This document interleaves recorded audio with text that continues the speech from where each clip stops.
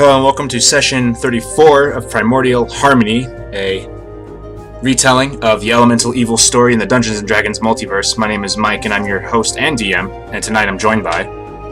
I'm Nyx, and I play a Wood Elf Ranger named Ilaria, and she's got her pet panther, Laura. I am Senna, and I play Delia, the Gnome Wizard. I am Kitties, and I play the apprehensive gnome bard who goes by. And unfortunately, the player of our Seeker, or Azamar Seeker, Miles, will not be able to join us tonight, but he'll be here in spirit.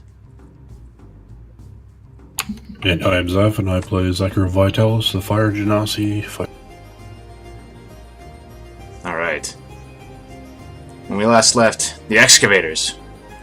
After settling in for the night, our heroes had an unwelcome visit from Ashwick, who had come for the chimes he had left behind at the Groaning Stone in Mortrath.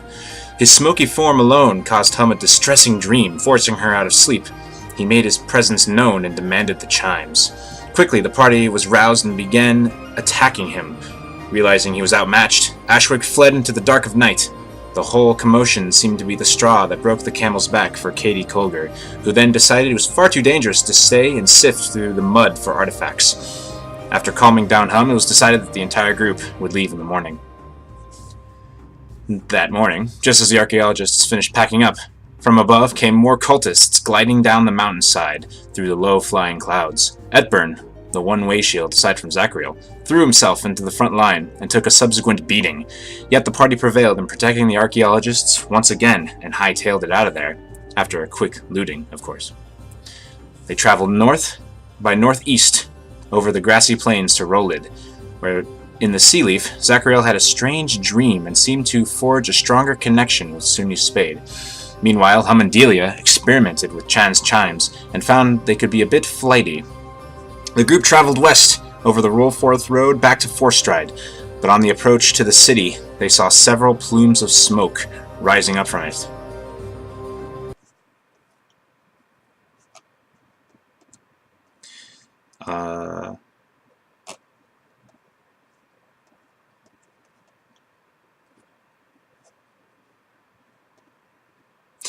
Specifically, from where you are, you can see the two hills with the river between that Forthstride is atop of. You're about half a mile off, and you can see smoke rising from two different locations. One from the northern hill, and smoke rising from the southern hill.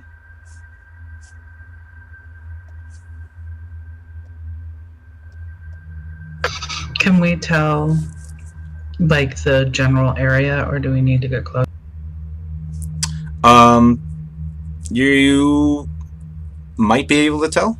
Roll a perception check.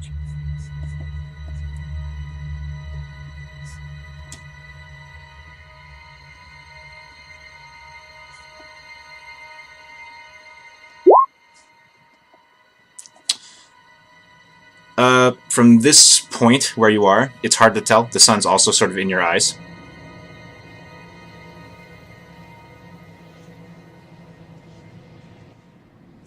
Hum looks at the group and says, "We need to hurry." I agree. Right, let's go. She starts running. You see Hum bolt toward Forthstride, running down the road that goes through, or alongside between farmland surrounding the city. Katie says to whoever's listening that she'll sort of hang back with her cart and her colleagues. So Hum starts running toward the city. Does anyone sort of run with her, or is everyone sort of jogging? Should I go and Delia grab does. her? Say that again, Nyx. I was gonna go and grab Hum and say, wait, there might be danger, let's, look ahead before... Ilaria, shut up! I'm going. And she throws Illyria's arm off and just starts running.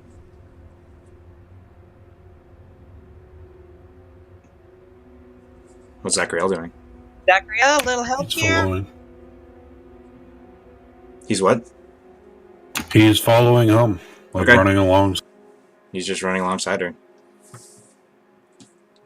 I think Tadias would start sort of running as well.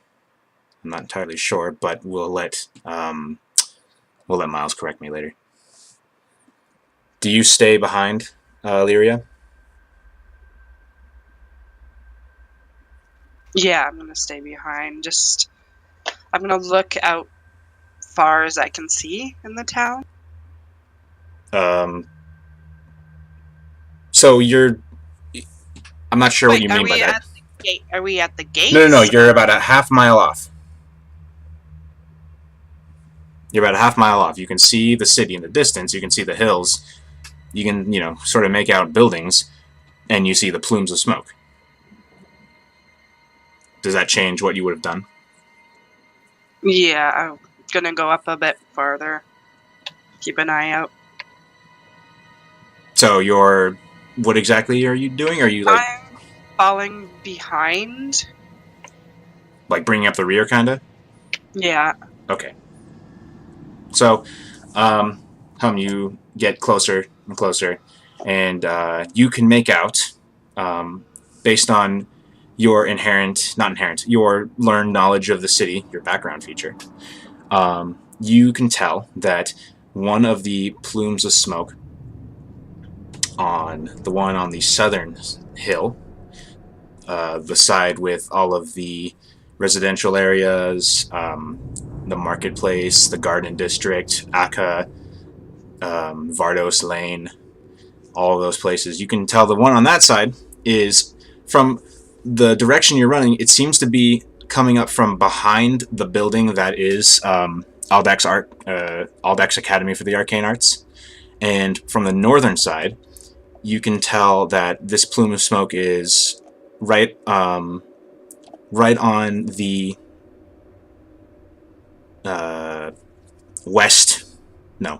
east side of the North Hill, around the elemental guilds. So I can tell it's not on Varnos Lane. You can tell that it's not near Vardos Lane. It would need to be like several more. It would need to be much further to your left in order to actually be near it. And as you get... I yell back at Delia. It looks like it's near Akka. Let's go. So, you guys get to the gate, and you find that instead of the normal complement of militiamen, there's only one person there who's sort of just keeping an eye out. Like he regular human looks like he's just kind of like staring off into the distance. He seems to be looking for something. And as you pass him, he says, "Be careful." What's going on? He says, a couple fires broke out all of a sudden. Oh, and I actually need to... As you get closer, you hear... Derp. Oh, man. There it is. As you get closer, you hear the alarm bell from Citadel Hill ringing. He says a couple fires broke out. Right now, we're focusing on getting the fire out. Gorbash and Bucklesmith have fire lines going right now. I grab Zachariel's pant leg and I start pulling him. Let's go! Moving as fast as I can. So you guys pass through. Let me get you to the page. I was gonna yell up and ask him if he knows what started it. No idea, but it started at Simple Heat. So you can kind of guess he kind of rolls... Or one of them started at Simple Heat, so you can kind of guess he rolls his eyes. So you guys have control of your tokens here. Feel free to use them. Actually, Delia might not. Let me double check. I do. Okay, cool.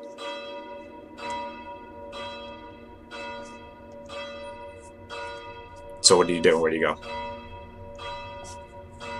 I keep running towards the fires. Okay, so you So does Delia. so you go up that road there. Mm-hmm. All right, so entering into the Elemental Guild, you see right up the road, up the slope of the hill, you can see smoke coming from some of the apartment buildings that are built around the guild houses, and you see it from there, and you also see some flames flickering from simple heat, and you as you approach closer, I assume you're getting closer. Mm-hmm. As you get closer, you can make out what seem to be not militiamen, but regular people. You get the sense that they might be employees, and they are they have these blue. They have these what look to be blue canisters, and on the top of them there are these spouts, and one just runs right past you, and he has a canister in his hand, and you look back and you can see him running toward this sort of slope that goes into the river, and he kind of slowly makes his way down, and he dips the thing in, and then a few seconds pass, and then he pulls it back, and then he starts dashing back up the hill. Are you guys running toward the building still? Yes. Okay, so you get there, you see them using these devices, and they spray these gouts of water, and when you get there, it looks like this place is actually under control. It seems like there's a little bit of like leftover smoke and smoldering, but here it seems like it might be under control, although you look at the faces and you can see that they're pretty shaken. You see a couple of militiamen around when you get closer. They look like they're looking for something. And a couple of them come out from the... one actually comes out from the building and has somebody in their arms who looks like they might have inhaled a bit too much smoke. The militiaman has a bandana or a cloth over their face. Delia goes up to one of the ones standing around and asks, what happened here? Says,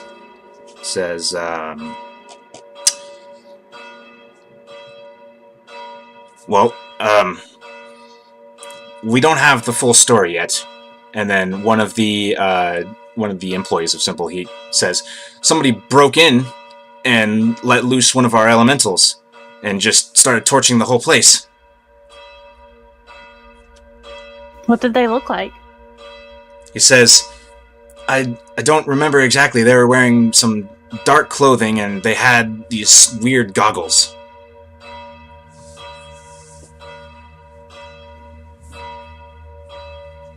Does that do weird goggles ring a bell for me at all?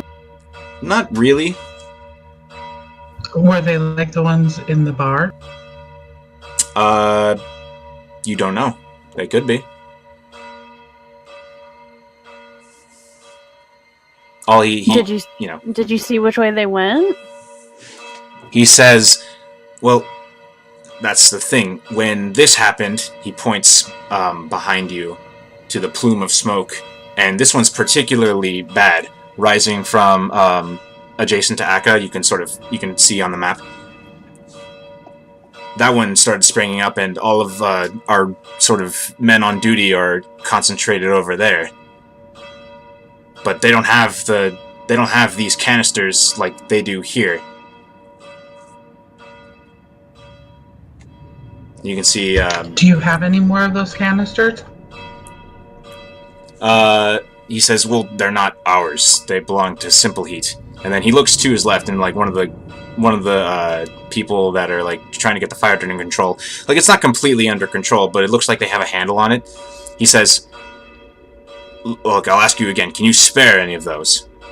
And the person says, well, okay. And then he kind of just hands it off.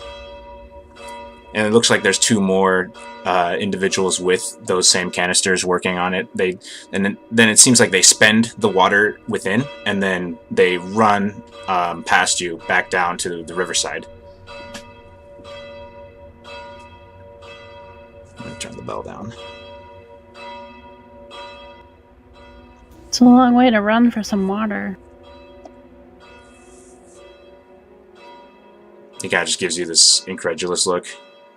No, that was out of character. Sorry. Oh, okay. So what do you do? Well, is there anything we can do to help? He says, I mean, he gestures to the now growing plume of smoke that is happening across the water. Let's take this canister and get over to the other side. Okay. Yes, let's do that. So you guys start making your way there. So, getting around Akka, you can see sort of how bad this is getting. You can see the flames now clearly. And as you get closer... no, that's not what I want.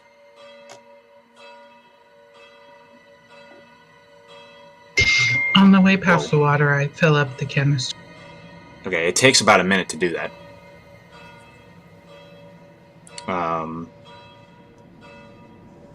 Also, I need to reveal the item now, because you grabbed one.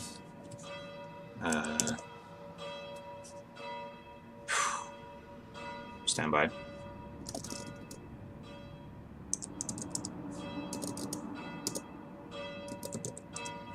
Oh my gosh. Okay.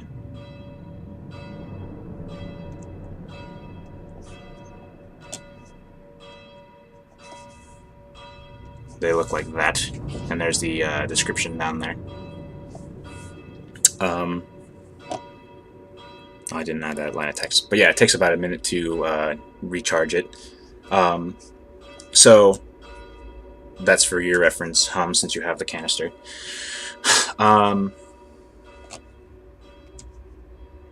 Just found this today. Oh, there it is.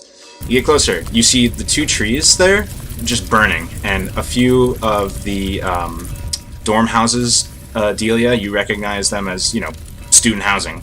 They are ablaze as well. In specificity, 2 of them are ablaze, and it looks like the fire is at risk of spreading. You see a line of militiamen and some Forthstride denizens, lined up, passing along buckets with water from the river. The line looks like it's going like this.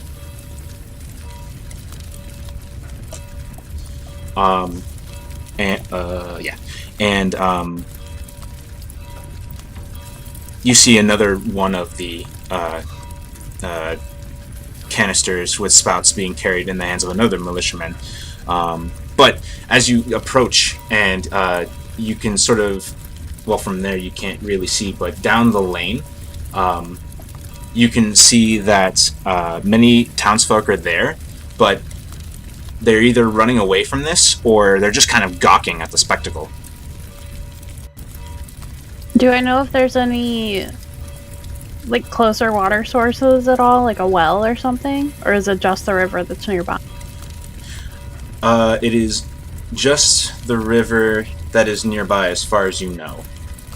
In terms of, big water sources in this particular area. Most of the water in Forthstride, comes from a spring that's up here.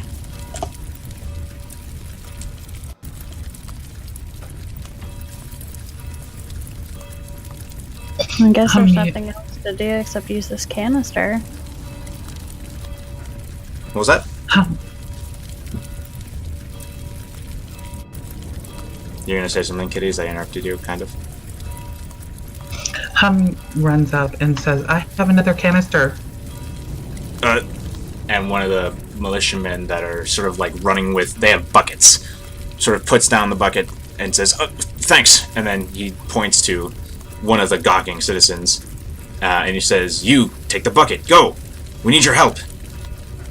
And then they're just kind of like, they look like they haven't encountered this sort of problem before, and they're just kind of standing there, unsure of what to do.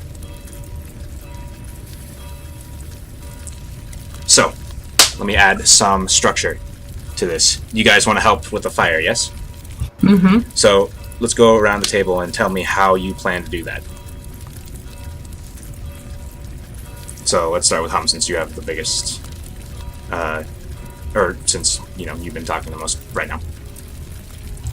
So, do we know how many buckets are there and how many people are there? Can we create a bucket line? There is a bucket line. There is a bucket line. It's just, there's only one. And it looks like there's plenty of buckets. It's just, there's not much manpower.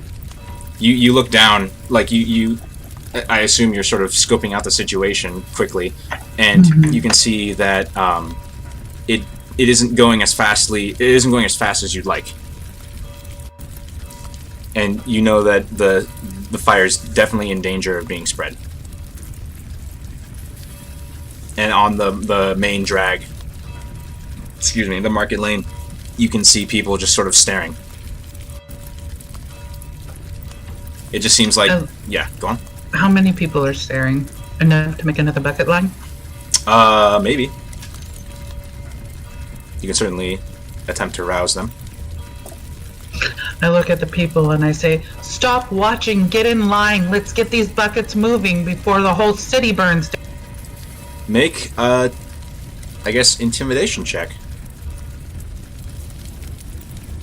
If this were Genesis, I'd ask you to make a leadership check. Alright, I'm going to note that down. What else is everyone else doing? I'm gonna go. I'm gonna ask, hey Zachariel, can your little water friend help, maybe? I mean, I can ask him. I don't know what he can really do. Delia's gonna grab buckets and then get into the water line. Okay. Is there anything? Starts grabbing people and just starts making a line. Okay. I have your 17 noted. So Delia, you're helping with the line. I think you guys think Tadias would help with the running the buckets back? Absolutely. Okay. So who has control of this sheet? I wonder. I do. Make an athletics check for Tadias, please. Oh, nice. That's gonna help a lot. All right. What is Zachariel doing?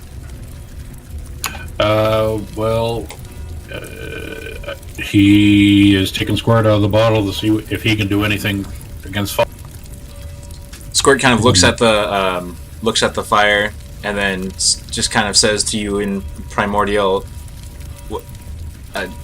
"Do you want me to lay on it? That'll hurt." Yeah, that's what I thought. You can't help Valeria. Didn't hurt to ask. Can we hook a couple buckets to Valora? Ooh, yeah, Valora can Of help. course, yeah.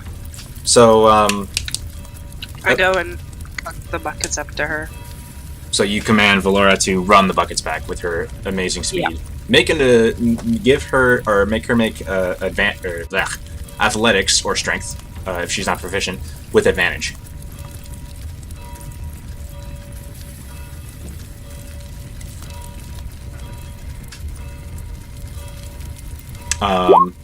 Okay, 22. Cool. Is Zachariel I'm gonna try something. What are you gonna try? I'm gonna take out my trusty Sunni spade. Yeah. And as in everyone stares at me in a questioning manner as I bring a shovel to a firefight, I'm going to cast Sandwall. Alright. So, let me describe the scene a little more clearly. So you approach the flames, but you're mostly fine because of your Fire Genasi bloodline. Two trees are sort of going up in smoke, and the fire has spread to 2 houses. So where do you put this wall of sand?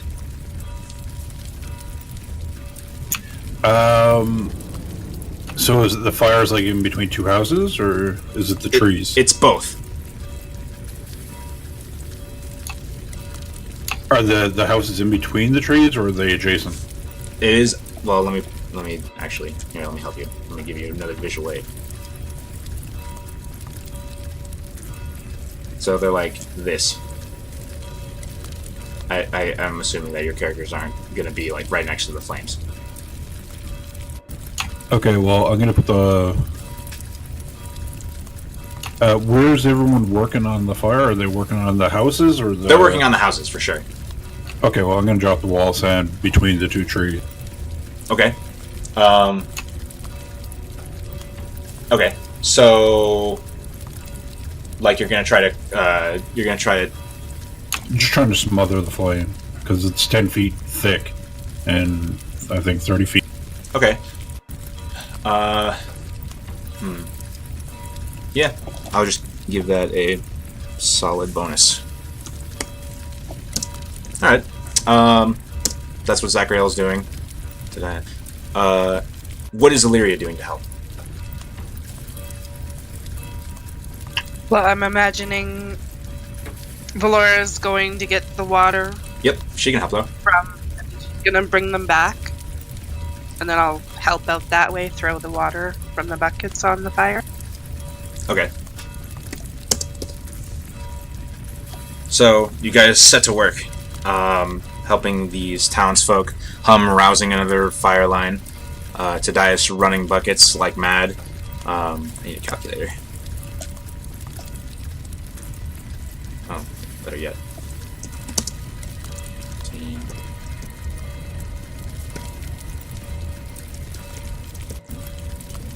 Plus 15. Okay. So I'm kind of playing with. This is a mini skill challenge here.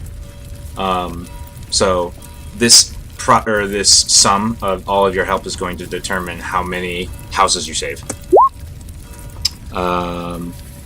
So with your intervention, and getting the new fire line up, and with the help of running the buckets back to the river, instead of what might have been 10 student houses being burned down, only 3 do. As, you know, flames kind of get out of control and spread a little bit more, but you manage to stem the tide of the flames. And after a few, after probably about an hour of work, the sun starting to get lower in the sky, and the bell goes off. The flame sort of quenches, and it is all just smoke.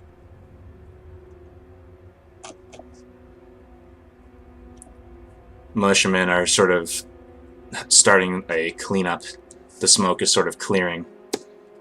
You look around, and you can see Gorbash, who was one of the people running the buckets back, and trying to get to rouse the citizen denizens to get in the lines.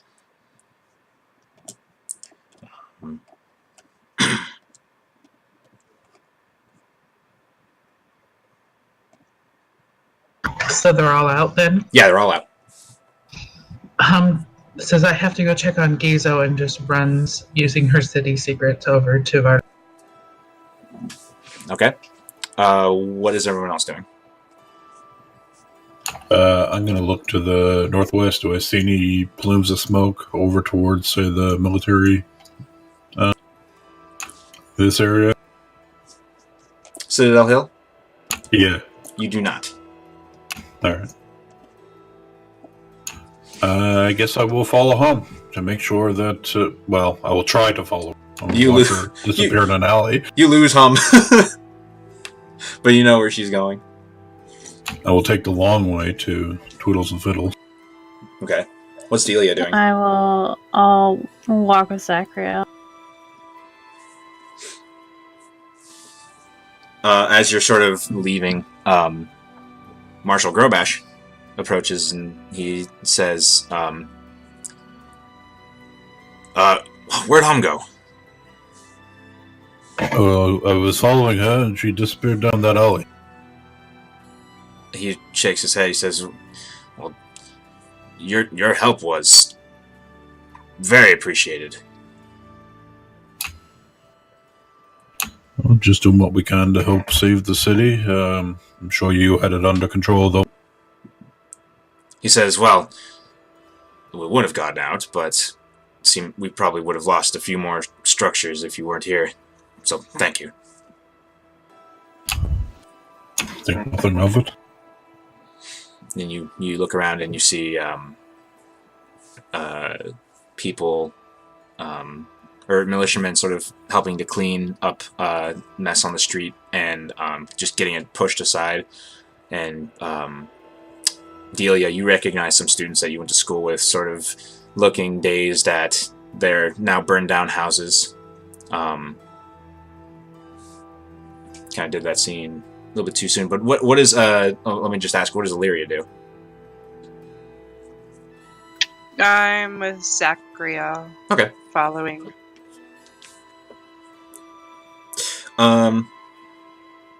Tadias is going to follow suit with you guys. So you guys make your way to Twiddles and Fiddles. The smoke sort of clears behind you. So, getting to Vardos Lane, you can see, that it is perfectly fine here. She just busts through the doors of Twiddles and Fiddles and beelines towards Gizo and throws herself in his. How are you? You okay? Yeah, I'm fine. I'm just glad you're okay. I was so scared. He clearly wasn't expecting this, and you interrupt him. You seem to you don't care, so you don't see actually your companions see as they sort of enter a few minutes later. Well, yeah, let's play this out. Anyway, he says, no, I'm perfectly fine. I had this dream that Twiddles and Fiddles was burning and you couldn't do anything about it. And then I got to Forthstride and I saw fire, and all I could think was, what if Giza was in danger, and what if everything that he has is burning down? And I just I had to make sure you were. He pats your back. He says, "Ah, shucks, Hum." He says, "Do you want a round?" I need like 5. And Tadias is following, so you better have 10. And just as she says that, the rest of you enter Twiddles and Fiddles. He says, 5 coming up. And he goes to start pouring. The regular crowd of halflings kind of give you all the regular sort of oh, these guys kind of look, then just go back to their drinks.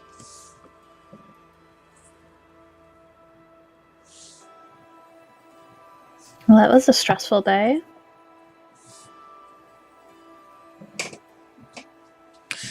No kidding, Tadias says. But at least there's drinks.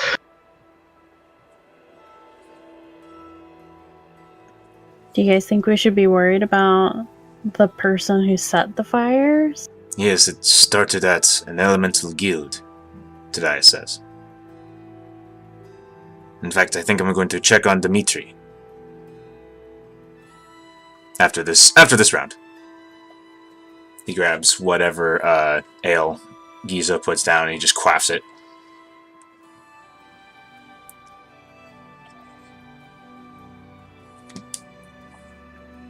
We do need to find out what's going on here. I mean, the description sounds like the guys we saw at the bar with the funny goggles.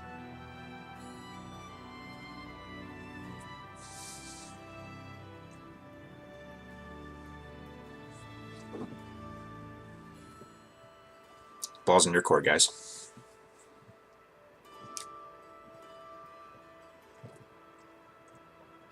What would be our first step? Should we go to the Way Shields? Or to the militia? I think talking to Gorbash is important. Did he say anything to you guys after we were done? Well, he asked where you ran off to, but I just told him you disappeared down that alley. Well, I had to make sure that Giza was safe. We should probably check on Sahara and Floriana, too. Yep. And Tadias' family. And Oh, you yes, look to your Tadias. left, and you look to your left, and you notice Tadias isn't there. And go on. It looks like we're too late. Tadias must be doing that now.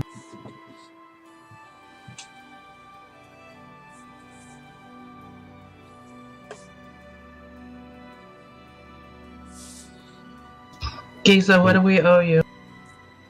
He says, round of 5, 5 silver.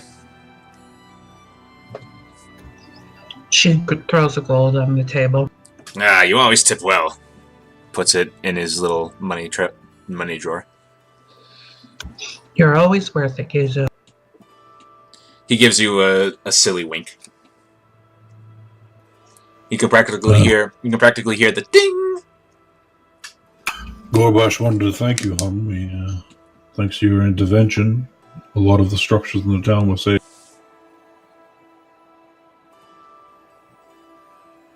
I think of it more as a team. No, We all it is did you that. who ushered us here so quickly. So.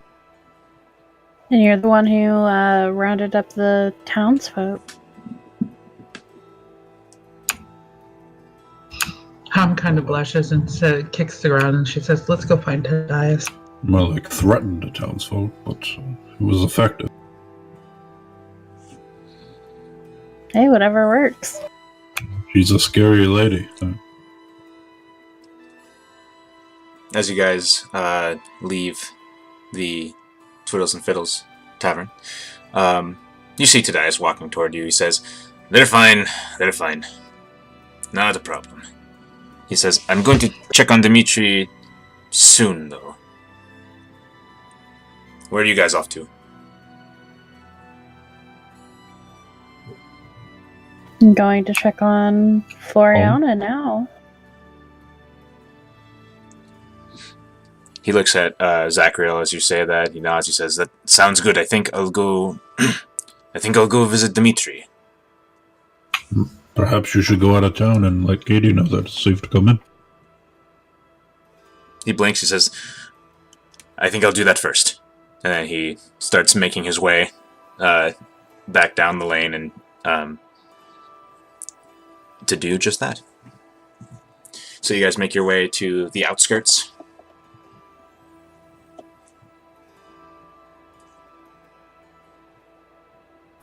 Yes. Okay.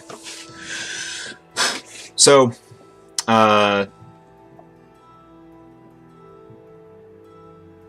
you get to, when you arrive at Floriana's, or at Zachariel's house, Zachariel and Floriana's house, you see her speaking with some militiamen and the very recognizable Marshal Chanzal, the White Dragonborn Marshal. It looks like her and the militiamen are talking about something, and you see on the ground in a pile, sort of off to the side behind them, a pile of bodies wearing a sort of dark armor.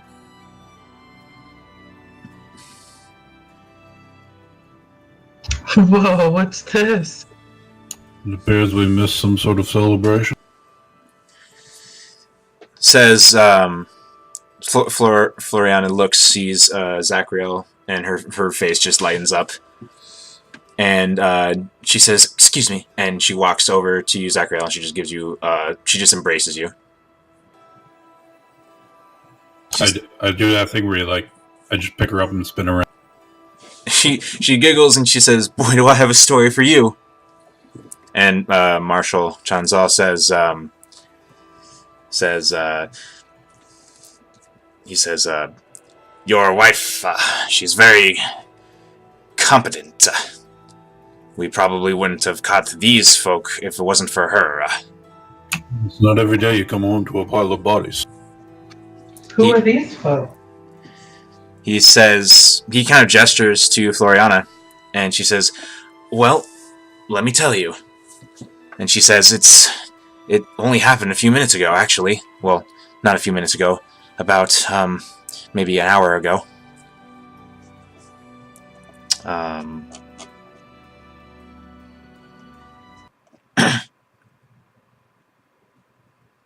So, I'm going to make this a little cinematic, and I'm going to tell this in a third-person perspective as if it's like a movie scene. So, if you guys feel like interrupting her, just interrupt me, and then we'll play it out.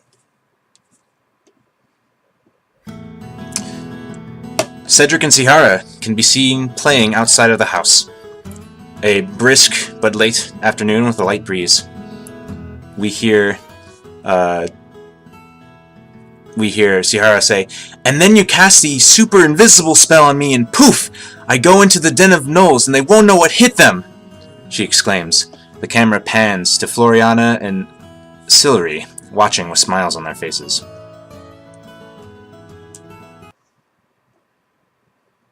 Suddenly, Floriana frowns. The camera rotates around her, and there's a shot where she's staring at Forthstride proper, smoke beginning to billow up. She turns to Sillery and says, "Get inside, under the house," then raises her voice. "Sihara, Cedric, come back inside!" Cedric whines, disappointed, as Sihara says, "But Mom!" Floriana is stern, however. "Inside, now!" Sihara, obediently, rushes inside with Cedric at her heels. The door to the house shuts, and Floriana stares at the smoke billowing higher into the sky. After about a minute, the caution alarm begins ringing. Some minutes more, and Floriana... Sorry, the sound just got really loud all of a sudden on my end.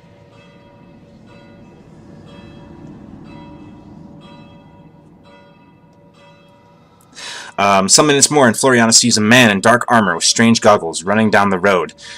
Out of suspicion, she calls out, "You there!" The man stops and looks at her. Then looks to her. He then advances toward her. When close enough, she sees a sleazy smirk on the man's face. "Hey there, sweet stuff. You look like you could use some more passion in your life." Her mind races. She folds her hands behind her back, and blue electricity arcs between her fingers. "Oh, you know it. Is that your handiwork over there?" Gesturing to the billow of smoke. The man says, "You know it. Purty, isn't it?" She replies, "Oh, indeed. I need that sort of heat. So where are we going?" The man moves within a foot of her. He's about a head taller, and he says, "Tomerer." And he puts his... Oh, I'm sorry, not Tomerer. He says, "The hills."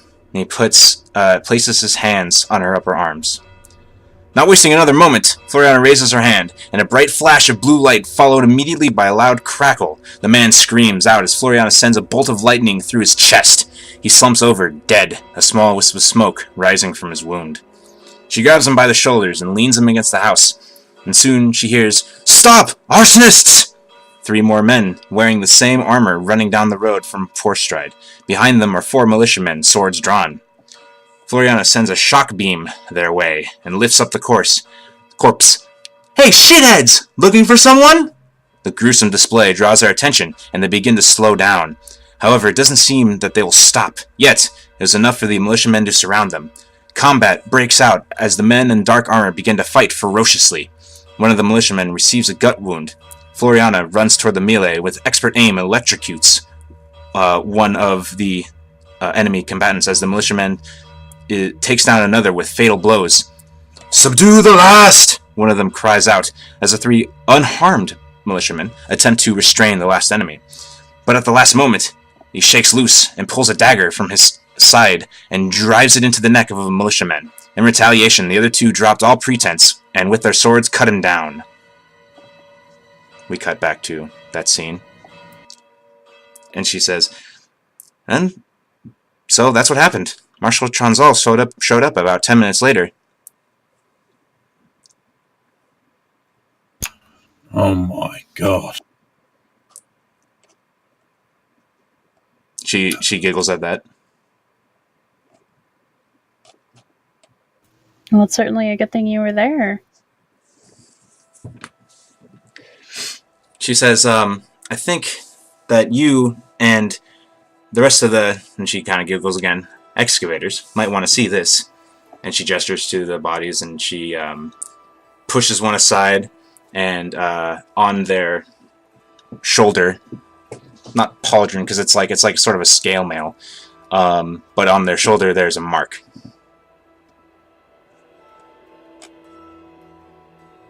Does the mark look like one we've seen before? Not one that you've seen before, but Hum sort of recognizes it. Oh crap, can I not? I didn't. Moment. Of all the things I could forget to do.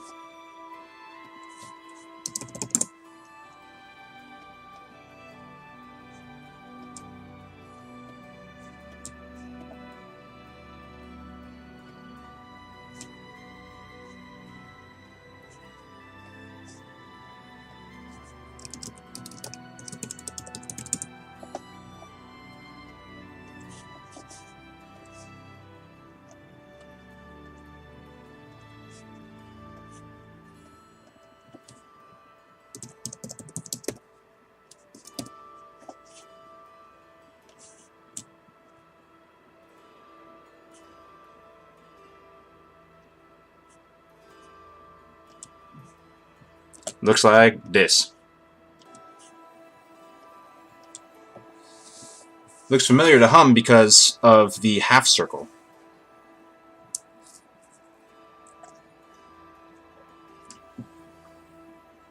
I'm trying to remember where she's seen it before. I I look to Zachariel and I say, this looks familiar. It looks very similar to other shapes that we've seen on people's bodies or adornments, but I've never seen this one. Is this the symbol that they showed me on the elf? Or the half-elf? No, The musician? the musician. Oh, good, you do remember. You weren't actually shown this. You were told by Gizo that it looked something like a bowl. This seems to be kind of like what Gizo was trying to describe to me on that bard that came through. Of the one that played on the giant stage? Mm-hmm. I'm sure she was garbage anyway. Well, now we have to find her and kill her. Well, question her. Is First, Tadias with us? Tadias is not with you at the moment. Why can't we just kill her? I think we did Lyria say something? I was gonna go and try and meet up with him. Okay. Did you say that before he, like, bounced to let Katie and her group know that it was okay to enter the city, or just now?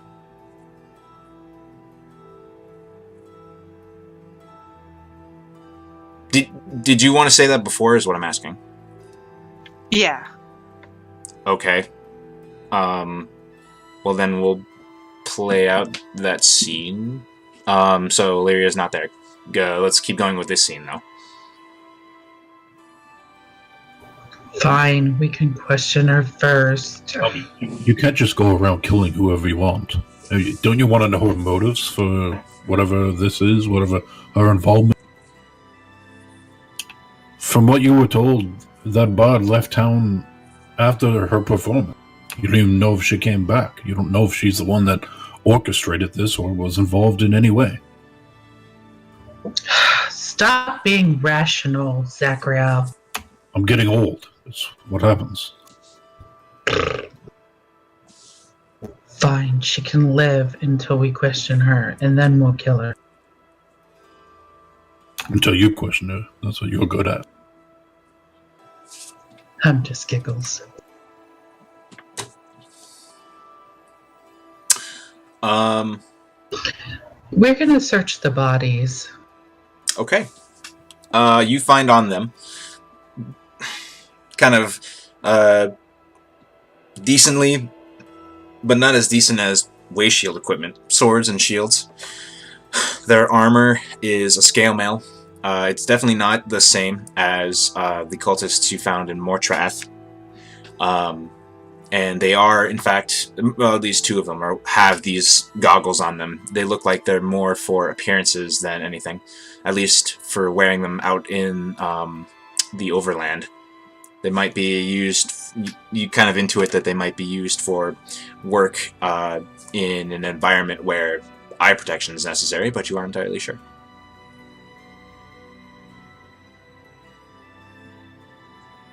They don't seem to have anything else of note on them. Not even money.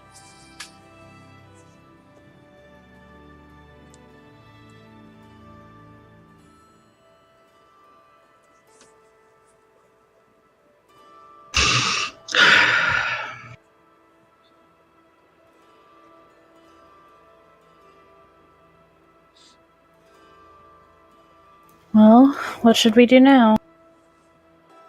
At this point, the sun is starting to set. Not much daylight left to do anything.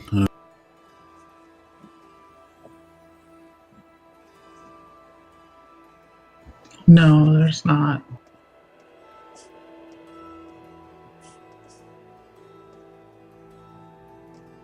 If you'll excuse me, I'm going to get rid of these bodies if everyone's done with them. I'd rather not have these for my children.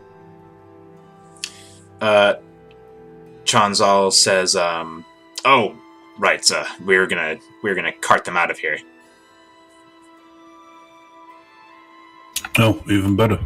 Thank you, Marshal. He says, he kind of like gestures with his, he gestures to a group of militiamen there. He says, "Troll, let's get these loaded up on the cart."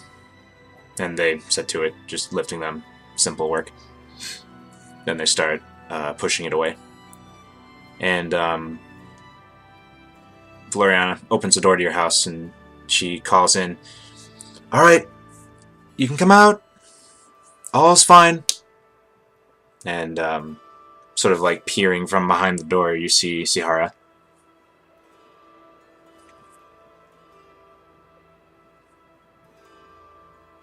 Are the brave little soldiers okay? She grins and she just runs up to Zachriel, hugs his leg. "We're fine." Good.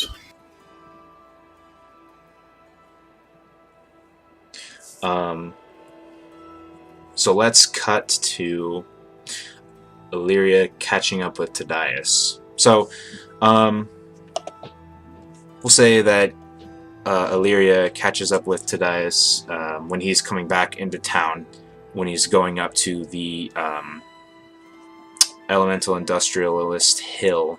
Let me put your tokens in the right place first. So, Mike, just to make aware, I didn't get your question earlier. I wanted to be with Hum and them. Oh, okay. First part, and then when Hum and Zachariel were talking, I was going to say, hey, I'm going to go check on Tadias, let him know Got it. we are. Okay. Then certainly you would catch up with him as he's making his way. Actually, you'd probably catch him as him and Katie Coulger and her group are returning back to the Archaeology Institute, which is this building here. "Illyria," he says. Hey, is they okay? "Well, they're fine. I'm going to go... I'm going to butcher his amazing voice. Sorry in advance. He says, "Oh, they're fine, but I'm going to check on Dimitri." He starts making his way up the hill. "You're welcome to join me."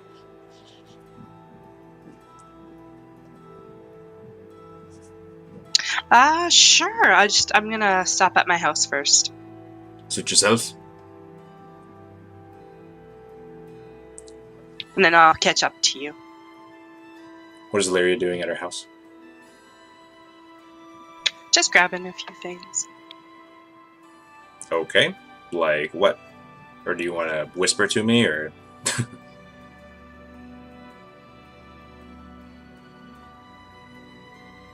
Oh, like a new set of clothing. Oh, okay, sure. Gotcha.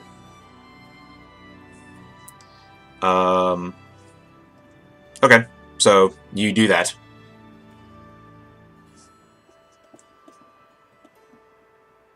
Are you,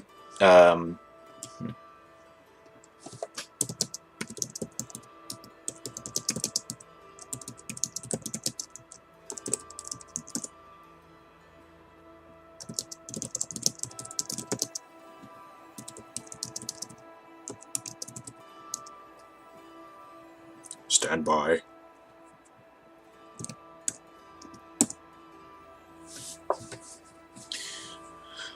Okay. Delia, would you like to stay for dinner? I'd love to stay for dinner. Same. Thank you. Floriana gets a smile on her face, and she says, "Oh, I have to." She says, I wanted to show you what we've done to the house." Oh, the grand tour. She says, "Come on in."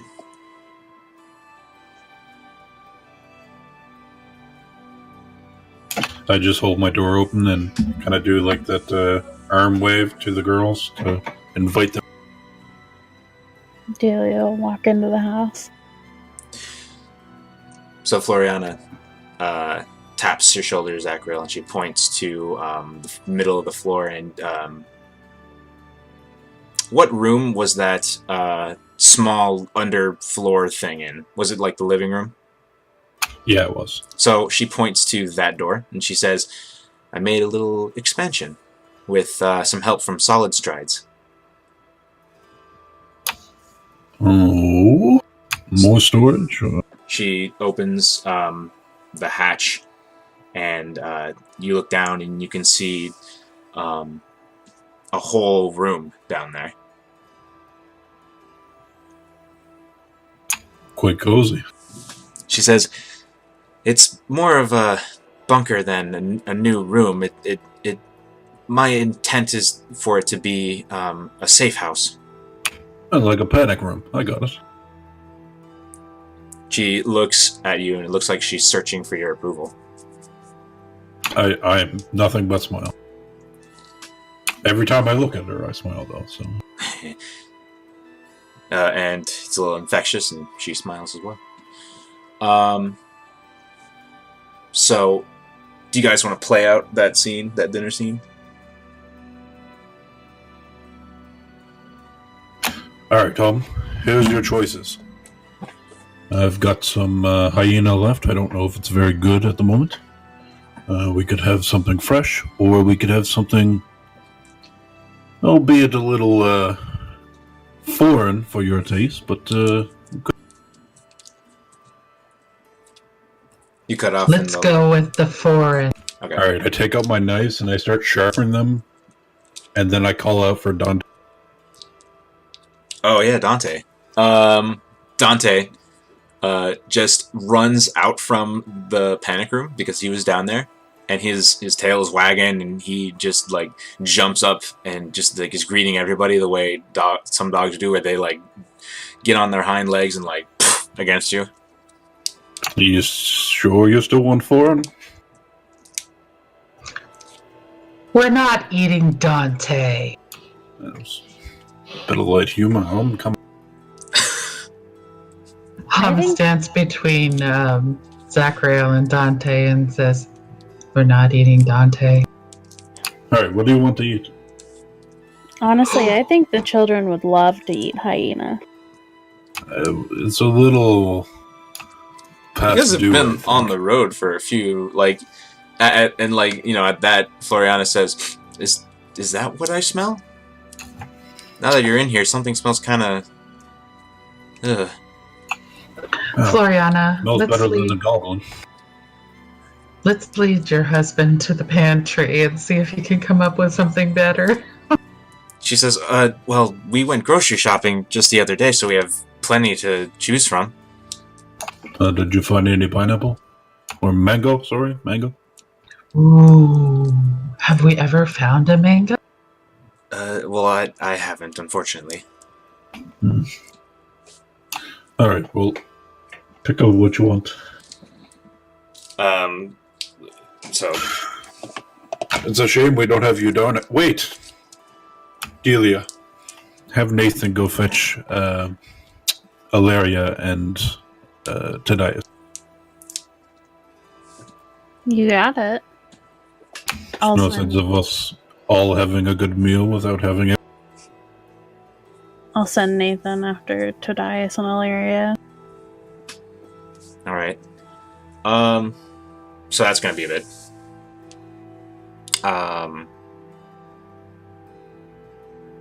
So Delia is actually like moving with Nathan, so she's kind of not all the way there. Huh? So she sends off Nathan. She had her Familiar. vision goes with Nathan, right?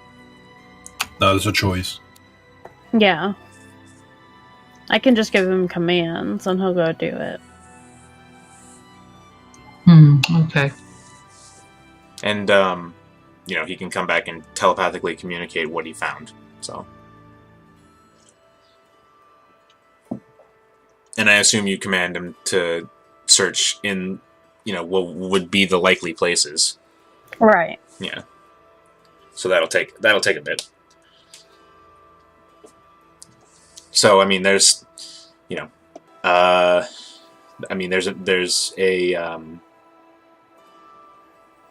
there's, there's meat of whatever kind, I figure I'd let you come up with it, Zachriel, what's available.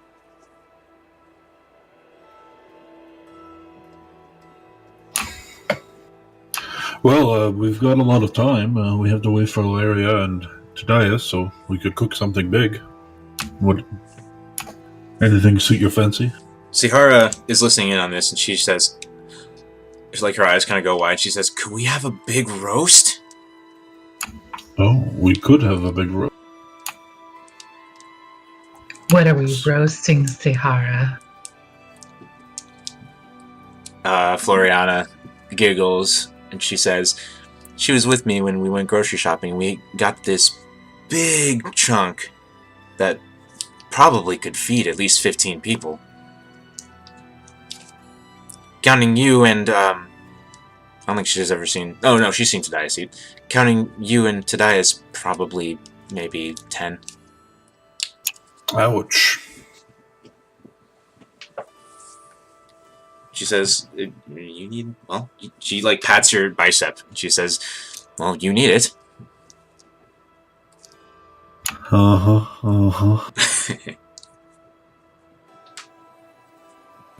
well, extra spicy roast coming up. That's what you all want. Hey, Sahara, should we have some vegetables with that big roast? Well, of course. What kind should we do? She says, well, we've got, and she lists, several greens and, squash-like vegetables.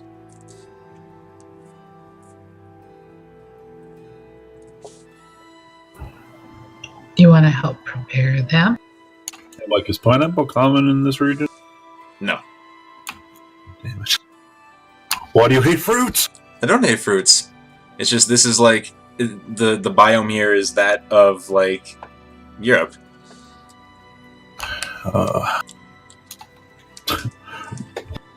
I miss my country's fruit.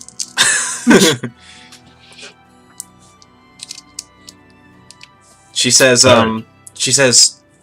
oh, okay, here, I'll throw you a bone. She says, oh, wait, pineapple, you said.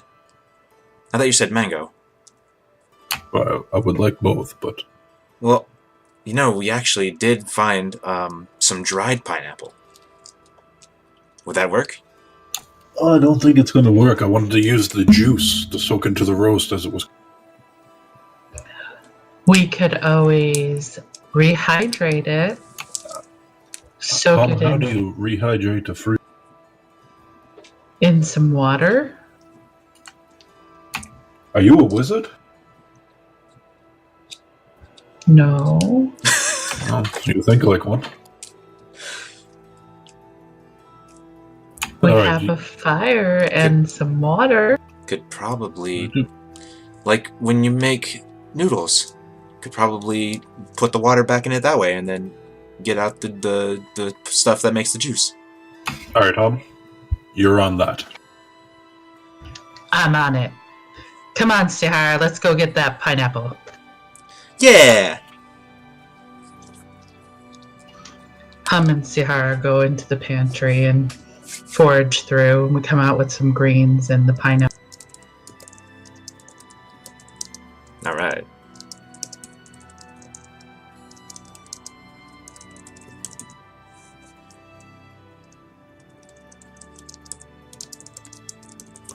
Have you ever cooked before, Sahara?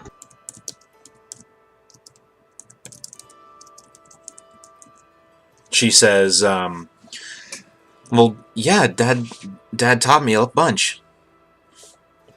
Well, let's do it. Oh, okay. What can I do to help?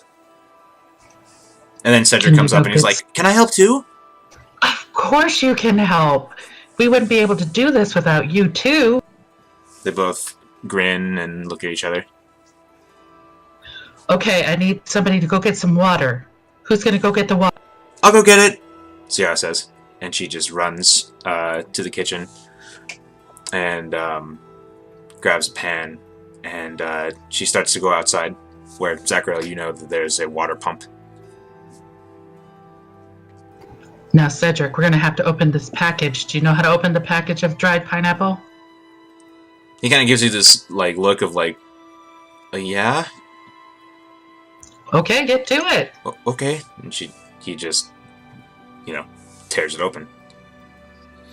And it's pretty pungent, actually. And suddenly the whole, like, it just, like, the smell just sort of fills the kitchen. I It's sneak good a smell. small piece and stick it in my mouth, and I give Cedric a piece. Would Zachariel potentially be on the lookout for something like that? I mean, I have a passive of 14. Okay, roll stealth, hum. Okay.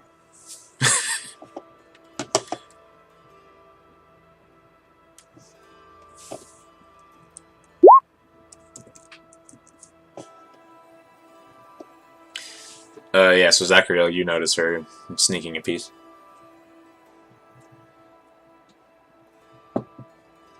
I glare daggers at her. Hum smiles really big and looks at him and says, "You want a piece?" No, I need that for cooking, but you should probably be more sneaky about your snacking. You see Cedric, like, take what he had in his hand and just slowly put it back. Oh, no. That was in your hand and near your mouth. You eat. Oh, okay. And he just eats it. And he looks a little ashamed. Sierra comes back with the water. Okay. Zachariel, do you want us to cut this up so it's like It's already in smaller pieces? okay. It's in like quarter-sized pieces. No, that should be fine. Just work your strange rehydration magic. So I dump the package of pineapple into the pot and put it on the fire. Okay.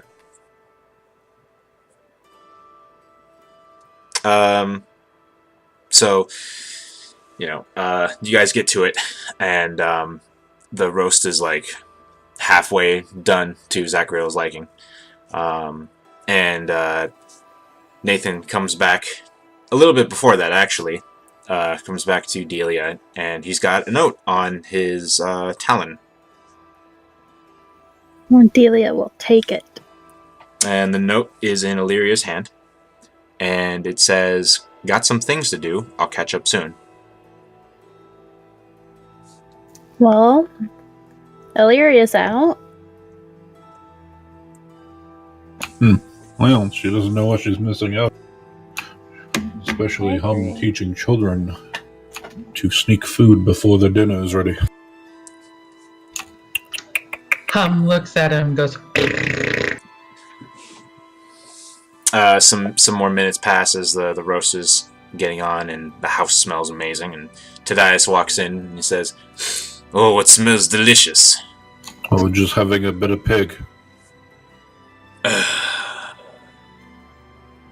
That doesn't smell like pig. It smells like beef. Well, I gotta have my fun. He just pats your shoulder. I feel like Tadias would do the thing where he pats your shoulder and then grips a little bit tightly. Hilarious. Come on, I'll get you a drink. That's all you had to say. So, you make enough. You definitely make enough. But roll me a cooking check. Don't fail me now. Uh-oh, hang on. Alright, what is this?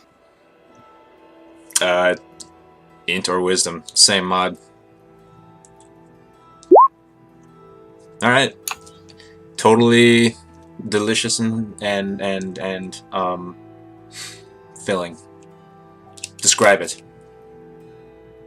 Well, I use the pineapple to base the roast, and I slowly cook it on an even but halfway high temperature, using my body to just reach in and touch the flames to see if it's at the right temperature. And I take some of those peppers from Spice Daddy and I sprinkle them across the top of the roast. Spice Daddy pineapple roast. Oh yeah. And then as it's cooking, I'm tasting, obviously, to make sure it's good. And when I realize how good it is, I open up the book, the Primordial cookbook, go right to the back page and pencil in Like you discovered a new recipe sort of appears over Zachriel's face. I mean, head. +1 cooking skill. Well, not yet. That's a couple levels away when your proficiency bonus goes up, but yeah. Cool. So, to paint a picture, crowded around this table that's in the living room is Zachriel, his family. So, Zachriel, Floriana, Sihara, Cedric, and his parents, and so 9 people in total are sort of crowded in this room around a table. Did I get my math right there? No, 10 people. No, 9 people. Yeah. And you're all just eating together. And the night is pretty quiet. Delia eats way too much. as does Hum. Her tummy's a little distended, and she pushes back from the table and says, "That was delicious." I assume you do not have enough room for... There's always room for dessert. Is dessert alcohol? I thought about it, yeah. You cut off there, what'd you say? I had thought about it, yes. He just smiles at you. Floriana, do we have any ice? No. Delia, can you make me some ice?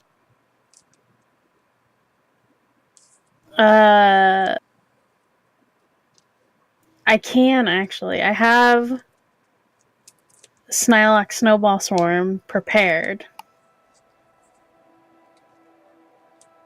I don't know what that is, but we probably shouldn't do it in the house. Probably not. So I can make like a bucket of ice. Oh, that's exactly what I wanted, was a bucket. That's perfect. Like a solid bucket. Yeah, well, we could chip it away.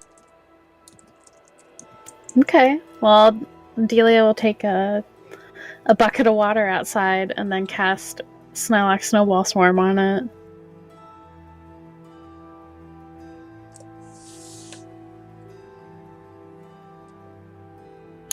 Alright, so Mike, my idea with the bucket of ice is I'm gonna make slush. So I'm just gonna like bring it back inside, crush it up, pour in some fruit juice, and just pour in like a whole bottle of alcohol. Sounds amazing, and I'll let you do that.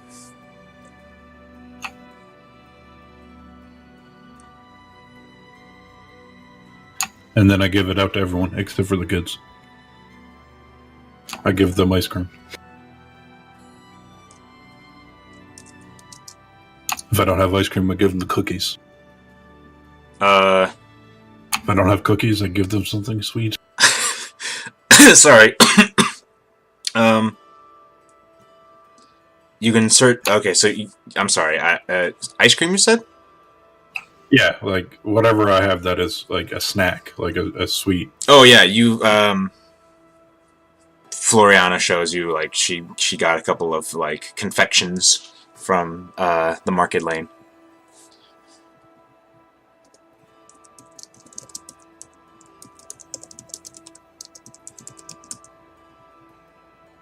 It appears we will have to expand this house a little bit more, so we can have more guests.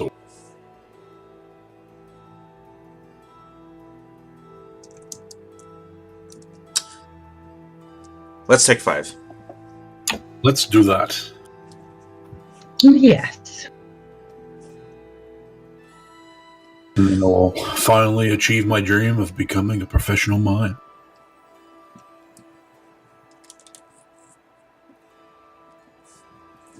Alright, so I'm going to, quasi-break. So in the night... So as the evening sort of drags on, and you guys sort of converse, Tadias says, so what's our plan? By the way, he doesn't know about the symbol.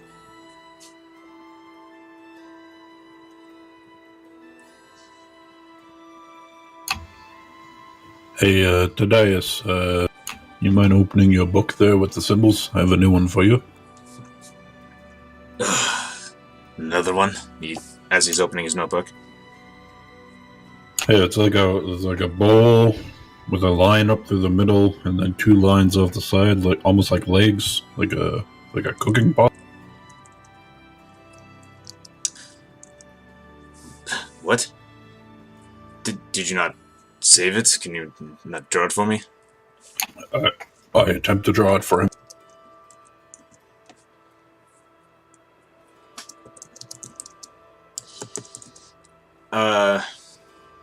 Okay, and he just sort of takes it down and tries to clean it up a bit. Are we going to pursue this? Or are we going to, help Illyria? Well, we have to help Illyria, for sure. Yes, I think that should be our first priority. Yes, I agree. Sounds good to me.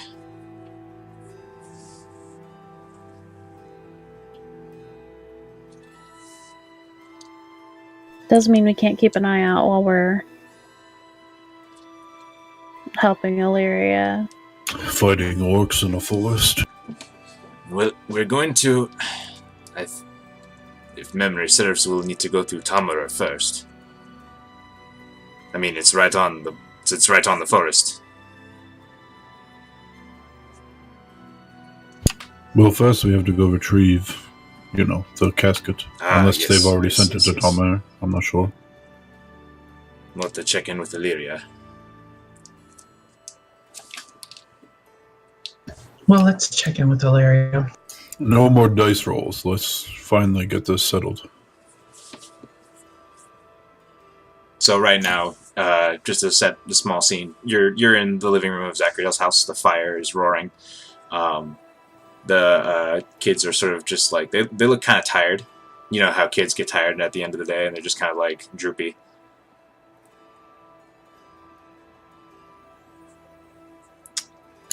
Oh, I think someone's ready for bed. Maybe, says Sihara. Cedric, at this point, just kind of like is on the carpet near the fire, and he just kind of like curls up. Silvery, his mother, walks over and picks him up. I think it's time for bed, buddy. Tadius, Delia, you're more than welcome to spend the night. I can fetch blankets or pillows for you. I think I would feel better if I slept over at home tonight, just to make sure that Gizo is safe. Well, Mikasa Sukasa. Thank you for the invitation.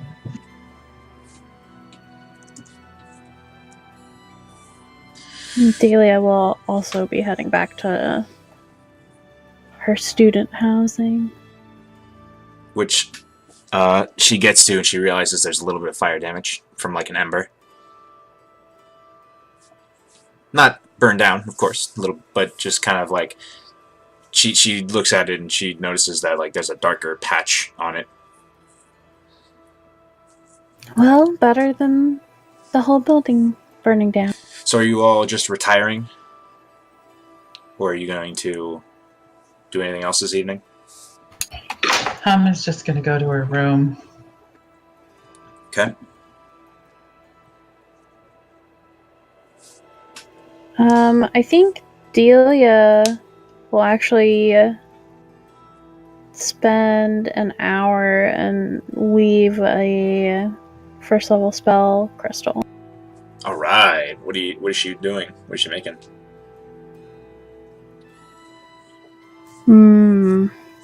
I'm gonna say a thunder wave one. Ooh. Okay. All right. I have a little thing to play out. Please.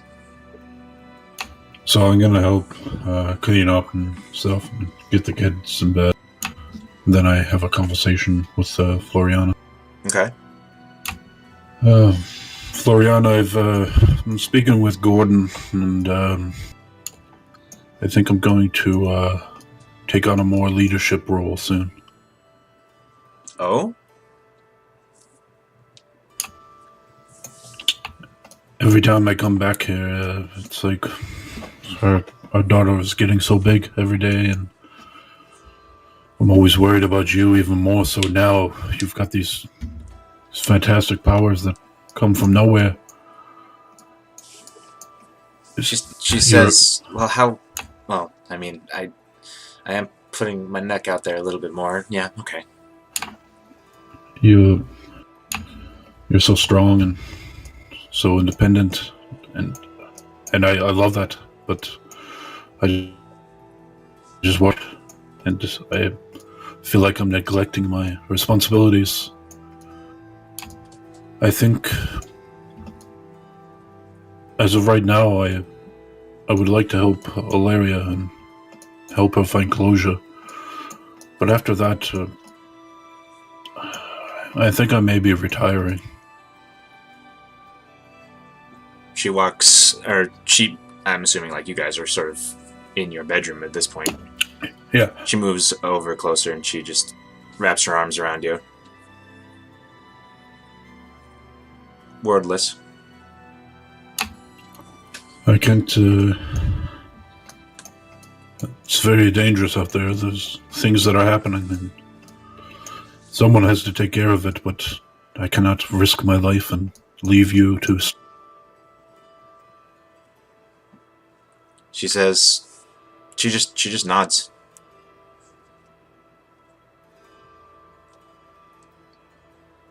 Holding you tight. It's been bothering me for a very long time. She says, I understand. I think Sahara will be very happy about this. I'll be happy about this.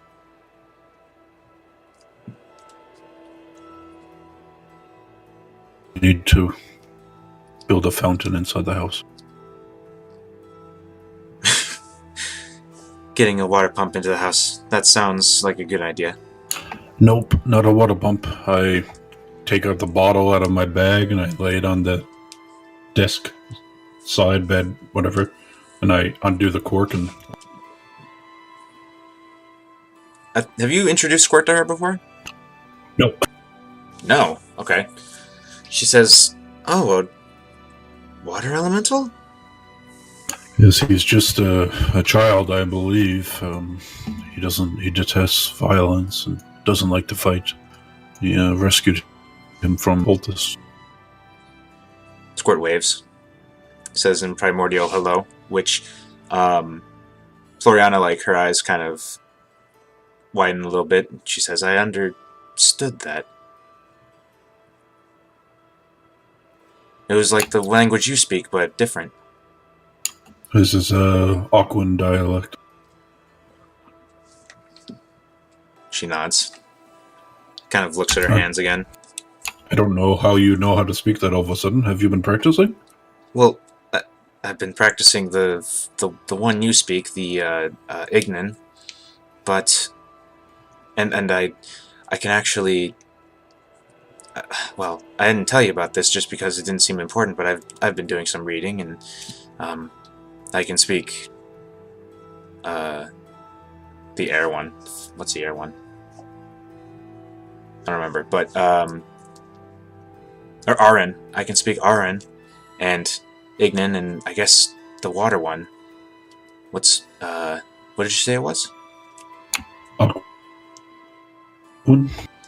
It sort of came to me after that moment on that island off the coast. We should really bring you to Ak and see if anyone can determine what has happened. Not that it's a bad thing. If there's anything wrong with you, but it would be nice to know. Yeah, I would like to know. But, not... She shakes her head, not to get off what you were saying. Yeah, I do miss you. I miss you. Not being around you, it's the hardest thing. She just embraces you again, presses herself against you.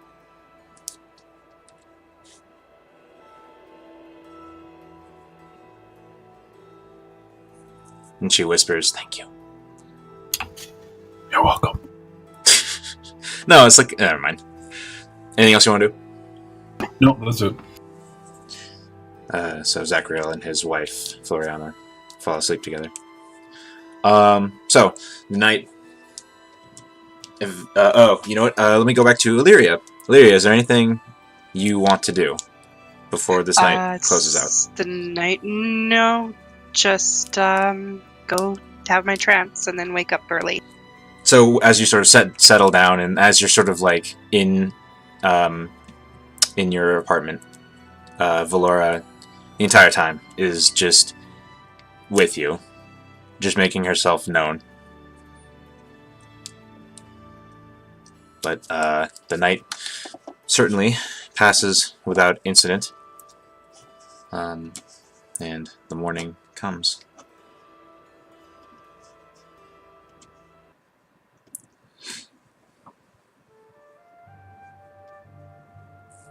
So, waking up in the morning. Oh, and I guess Tadias definitely went back to poor decisions to nap there. So,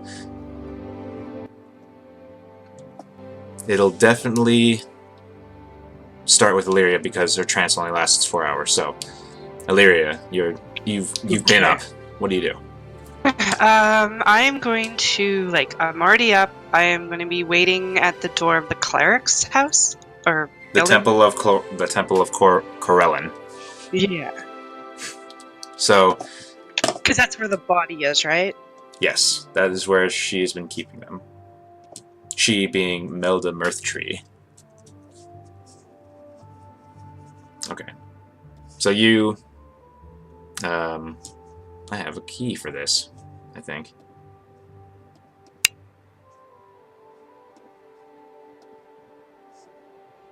No, I don't. Well, temple in Forthstride. I mean, you go up there and you tried to enter, and I mean the door's open, and you recognize the cleric Melda Mirthtree, and she says, "Oh, Illyria, are you ready to do what your brother asked with the burial?" Is she at a desk or anything? Or is she just standing there? It's like a parish, so she is sort of looks like she is reading a sacred text at an altar.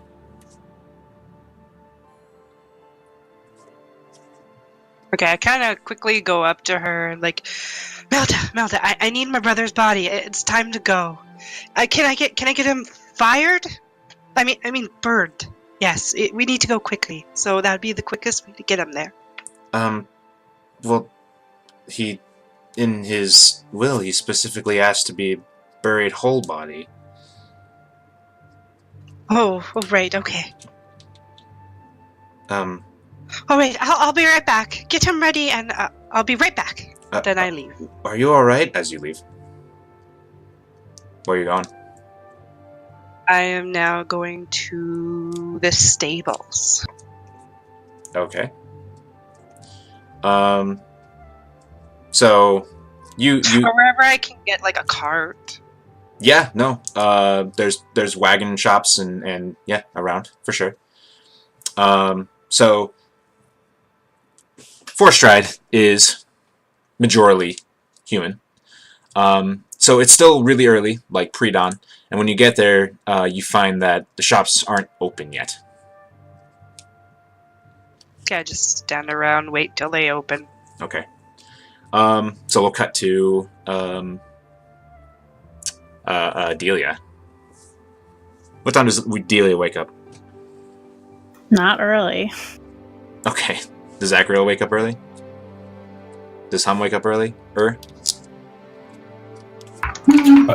She drags out not too late. I would say after the last couple of days of having to get up super early, Zachariel is sleeping in his long. Okay. Tadias probably is too. So, the shops open up, and you're like the first customer. So, what do you get, Illyria? Sir, I need a cart, please. What sort of size do you need? Oh, to fit a body on, please. He kind of raises his eyebrow at that. Oh, a dead body. Raises his eyes a bit more. It's okay, it's just my brother. He just sort of stares at you. He says, I well? need to transfer my body, my brother's body. He shrugs and he says, 15 gold. I give him 20. Okay. Do I need to buy, like, the horse separate, too? Or does it come together? Well, you're at a wagon. You're at a wagon shop. They don't sell horses here.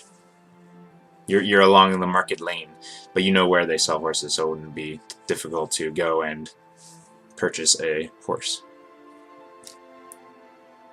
Sorry, say that again? I said it so world building, you're in a wagon shop. They don't sell horses here. It's like, woodworking and building wagons. Okay, keep the wagon here. I'll be right back. Then I'm gonna go and find a horse. He hasn't even gotten it out yet. He's like, oh, sure. So you go to the horse trader. It is a half-elf man. You don't recognize their lineage, but you walk in. They see you and they say, "Oh, hello." Need a horse to pull a wagon. Shh, see, a draft horse you need. That. Yep. So he says, well, let me look in my book here, in my ledger.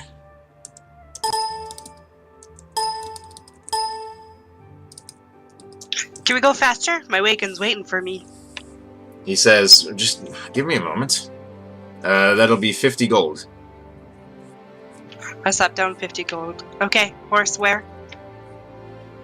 He looks at her and she says, are you alright? Mm-hmm. Blinks for a few moments. She says, well, I'll need to. Do you want a saddle as well, or just a bridle? Oh, I just need to have it pull the wagon. A bridle, right. Do you want me to throw in feed? Mm-hmm. Let's see, a bit and bridle will be 2 gold. And, need some feed. He says, how many days of feed do you want? Oh, I don't know. We're gonna be gone quite a while. Well, where are you going, if I may ask? To, Condor Forest, I think it was? Yes, I think that's where he wanted to be buried, yes. He puts his hand on the gold and he starts pushing it back, and he says, Conadir Forest, do you want to bring a horse into Conadir Forest? I push it back to him. Yes, I do. There are no roads in Conadir. It's all undergrowth and rough terrain, and you want to bring a cart into it. I very much highly advise against that. Then I'll take it as far as I can. All right.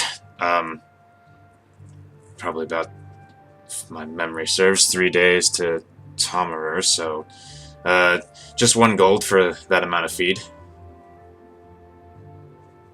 Okay, put it down.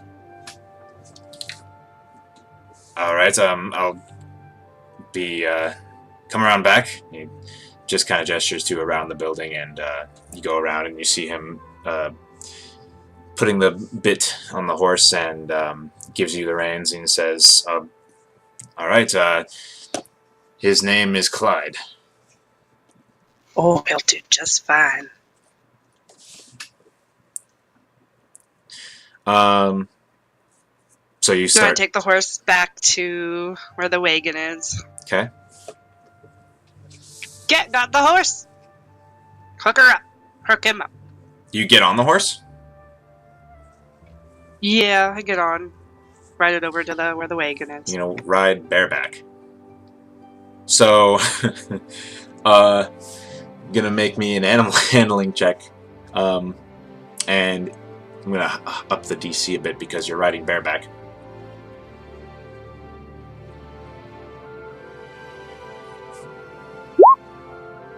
So, you're having a lot of trouble controlling this horse because you don't have stirrups or anything. So it's taking you quite a while to actually get back to on its back to get back to the temple. So I'm gonna say at this point, any of you who are sleeping in can probably wake up at this point. We'll cut to just claim if you want to be cut to. I'll be right back. Okay. Hum gets up and she goes down to Gizo. Cleaning as usual. He says, you look well rested. I feel rested. I don't know about well. He says, would some sweet oats with bacon help? It would. He gives you a bowl. While she's eating, she just looks at Gizo and she says, how protected do you feel in this? He says, so protected when I didn't even notice that alarm that went on yesterday.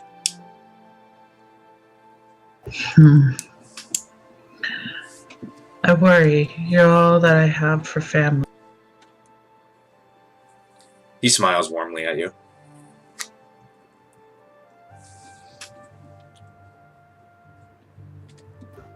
I'm trying to figure out how to entice more way shields to hang out here.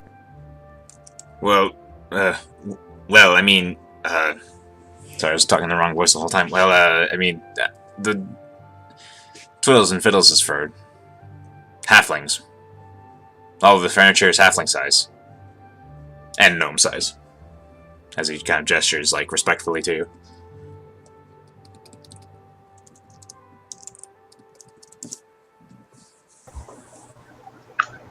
I still worry. He says, I'm sure I'll be fine.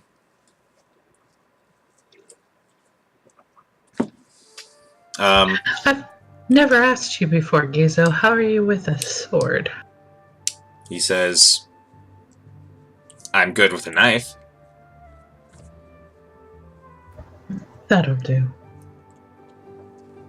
He says, I used to be very good with a knife, and he gives you, like, he raises his eyebrows. Oh, yeah? I don't think you've ever told me that before. Shakes his head, says, not much to tell. But you know that there's, like, a whole...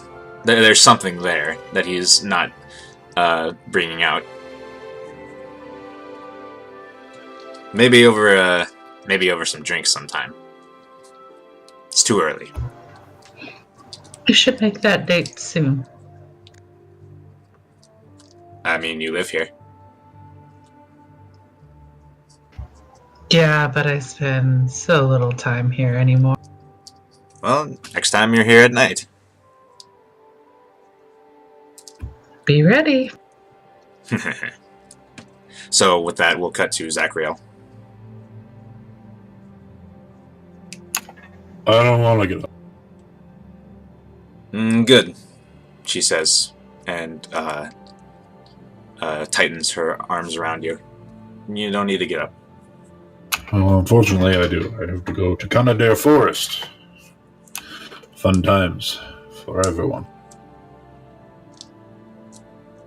No. And she releases her hug and just kind of, like, she's still next to you. She just, like, lets you go. Don't worry, I'll be back soon. I know. She gives you a kiss. Probably shouldn't tell you not to worry, because that's all I do. You do worry too much. I'm getting old.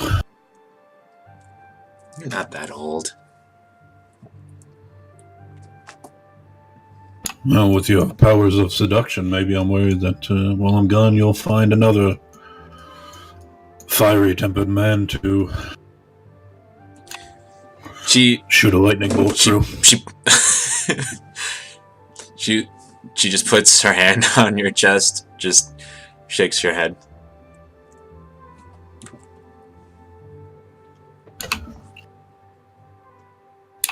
Lightning from your hands. Crazy. I enjoy it, actually. The lightning part, not the killing part. Yeah. I suppose I'll have to find someone to give this shovel to. Maybe I'll give it back to Tadaya.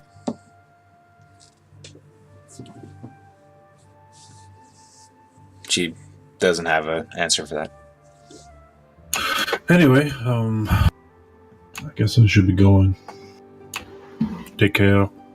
Shall see you again. And I kiss her. She kisses you back. Let's cut to Delia.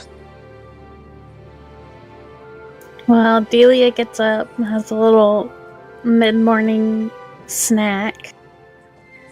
And then heads out to get a couple of things like adventuring gear. Okay.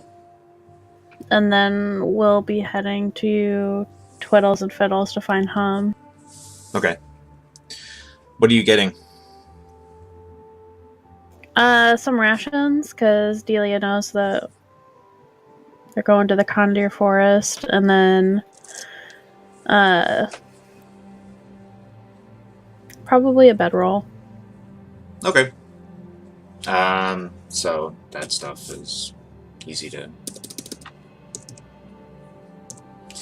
1 gold for the bedroll.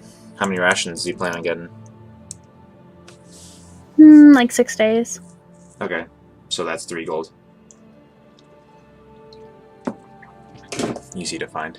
Easy to purchase. As you're walking toward Twiddles and Fiddles up the lane, and down Vardos Lane, you see Tadias leaving. Poor decisions. Stretching. He's got like a breakfast sandwich in his hand. I'll wave at him and tell him good morning. Good morning, Delia. He says, I was just going to see Hum. What a coincidence. So was I. Well then, shall we? We shall. So, Hum, you... I'm assuming at this point you're gonna be heading out too, or... Yeah, I head out the door and I see Delia and Tadias in the... Says, good morning, Hum. Good morning. I need to go to the store and grab some, or the market and grab some crossbow bolts. I'm low.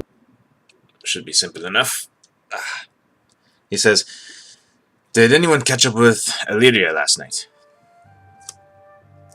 And she sent us a note that said she didn't want to come to dinner, but I don't know if anyone else has talked to her since then. Not I.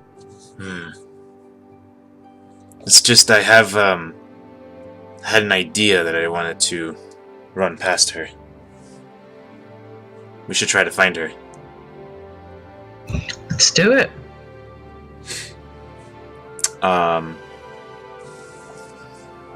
So where do you guys go to find her? Try to find her. Well, I want to stop by the market first, so I go to the market. Okay. So let's see here. Let's, Nix, are you back? Yeah, I'm back. Okay. So it's simple enough to buy crossbow bolts. And they cost a gold for 20. Okay. I pay for 20 of them. Alright. Just trying to think about my timing here. So, as you're going down the market,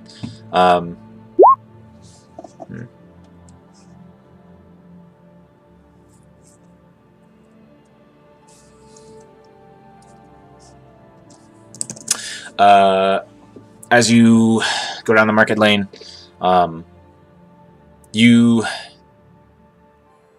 find your bolts, and at this point, Zachriel makes his way into town.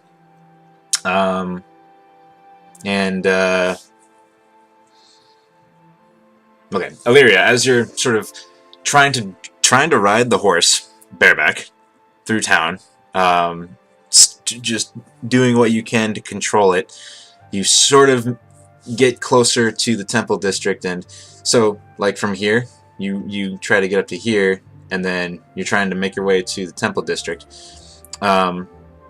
So as Delia and Hum, Tadias is right here. Oops. Delia and Hum are walking down the lane. But you said we're going to the cleric? Isn't that where you want to pick up the body? Well, I thought we needed to go to the wagon. Oh, I'm assuming you already did that. Oh, then I wouldn't be riding the horse. I'd be in the cart. Okay. Then, In that case,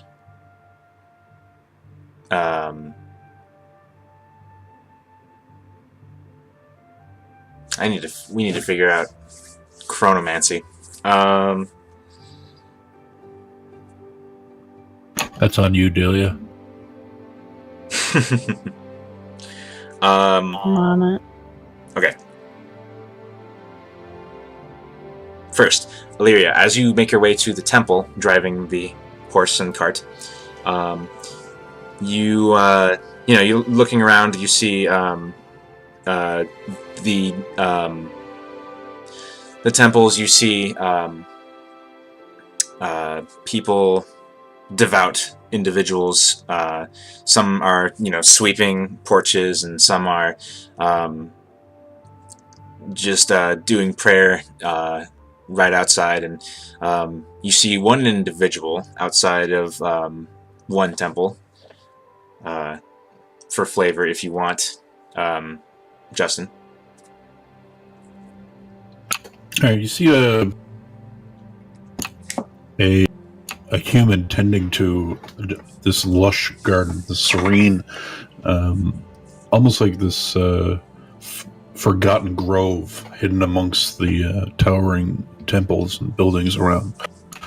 He wears very dark green pants with a lighter green, almost opaque tabard. His hands seem to be covered in dirt from rooting around, digging up roots, snatching them out of the ground with his bare hands. He looks at you, tilts his head, and smiles, while still ripping roots out of the ground. And by roots, I mean weeds.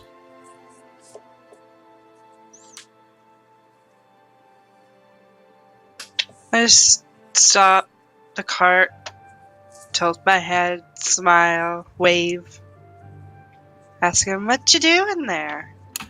He stands up, turns to you, and bows, but says... Sorry, cut out there.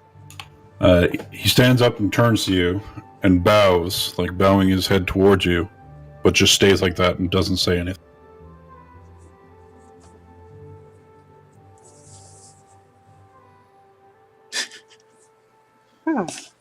Hello? But when you say that, he perks up and waves at you. He cut off there again. He stands up straight and waves at you.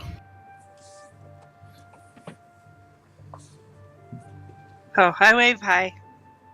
He will approach you and give you a flower. Oh, thank you. Shakes his head yes and returns to the name? garden.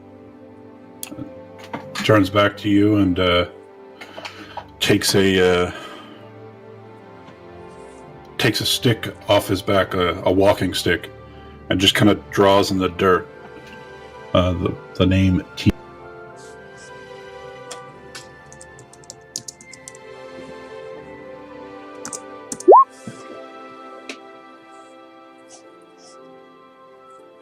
And then bows.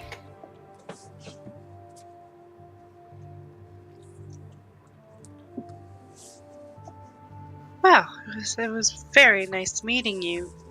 Tian Pa? Shakes his head yes.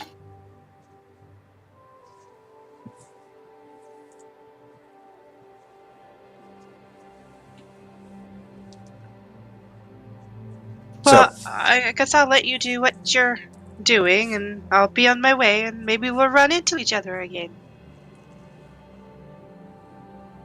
You're a very nice man, by the way. He just smiles with a big toothy grin and waves. And I wave back. Nice meeting you! Then I'm off with the cart to the cleric.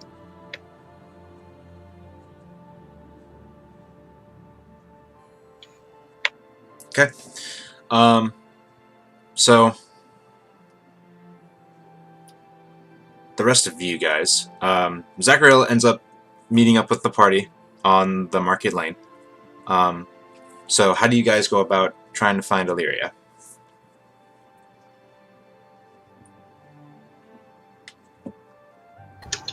I look at Zachariel and I say, how do you think we're going to find Illyria today? Oh, didn't she tell us where her brother was being? Yeah, we know. It's at that cleric's place. Why don't we head down there? Perhaps we could even bump into Care. That would be nice. So, Illyria, you make your way into the, you kind of park outside, I assume. Make your way in. And Melda Mirthtree is there. And she has the casket out on what looks like a cart. And it's, looking at it, like, some of the flowers on this have bloomed. Like, it's like a bunch of small tree branches interwoven, and there's a couple of flowers on it. Ooh, I like the flowers. Alright, let's get it loaded up. She calls for an acolyte who helps you start getting it loaded up, slowly making your way out of the temple. And it's actually kind of a chore, because you need to transfer it onto, like, the cart doesn't, like, leave the temple just because of the way it's constructed. So you have to kind of get it on a pall, and then you start getting it out. And I'm going to say, as you're sort of carting it out at this point, the rest of you walking down the street toward the temple district, you can see outside of the temple to Corellin, the elven god, you see a horse and a cart. You think this is her? Dang it, I wish I found her sooner. Oh, do you have a flying cart? He giggles. Of sorts. Dimitri came up with this platform that has air pushing it off of the ground, so you don't have to worry about rough terrain. That's a very interesting, actually. You don't have to be, like, super high in the sky and just falling to your... He smiles and grins. He says, "That's his idea, yeah. Less risky. Very practical." And at this point, Illyria is coming out with the acolyte. And Illyria, you can see the rest of your party members standing outside. I raise up my hands, like, say, "Hey, guys! Today's the day!" Well, you're awfully chipper today, Illyria. I guess you had a good sleep. The best, yes. It's going to be How did you guys sleep last night? I slept fine, but Illyria, it's going to take a few days to, well, find this, or to get to the forest, first of all. Then that's why we leave right now. I'm on it. We're on it. But I had something that might be a little easier to traverse than the horse and cart. Oh, you don't say. My uncle Dimitri. What? My uncle Dimitri, he has a new device that he wants me to test out. It's a platform that uses air to hover above the ground, so it can just float over sticks and plants in the forest. So, no sky? Well, it's You know about... what happened last time we went up there? Yes, but this time it'll be about 3 to 5 feet off the ground. Ooh, that could work. He says, "Did you spend the money to get the horse and cart?" Yes, I did. He nods. He says, "Well, all right. Well, if you... Well, to be fair, I don't know about you, but I don't feel like walking 3 days, so your device could be useful, and the cut could be. I like that idea.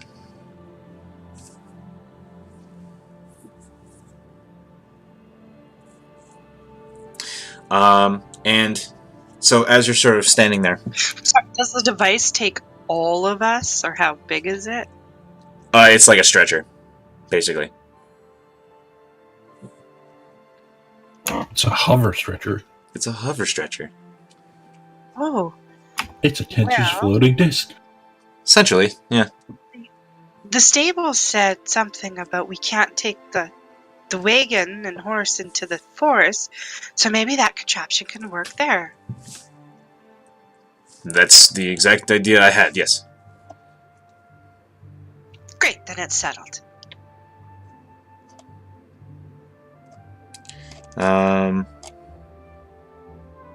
Does anyone have any supplies they need to pick up before we leave? I already went shopping.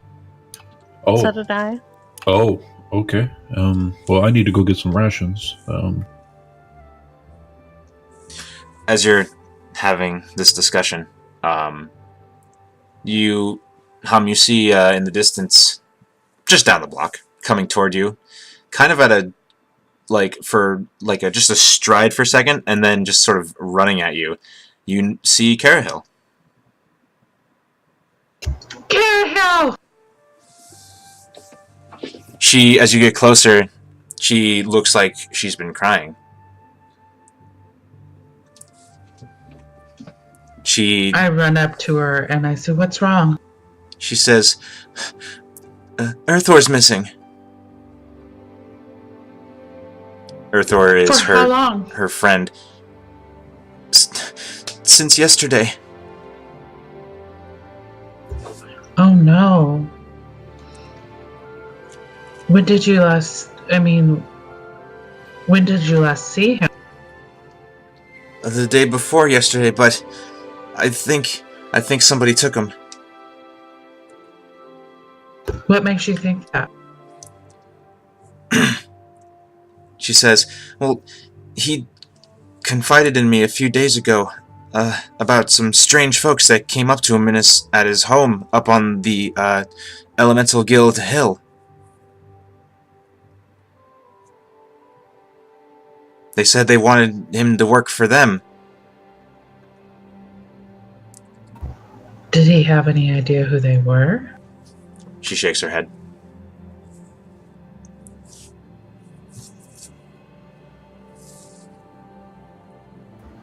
Zachrael?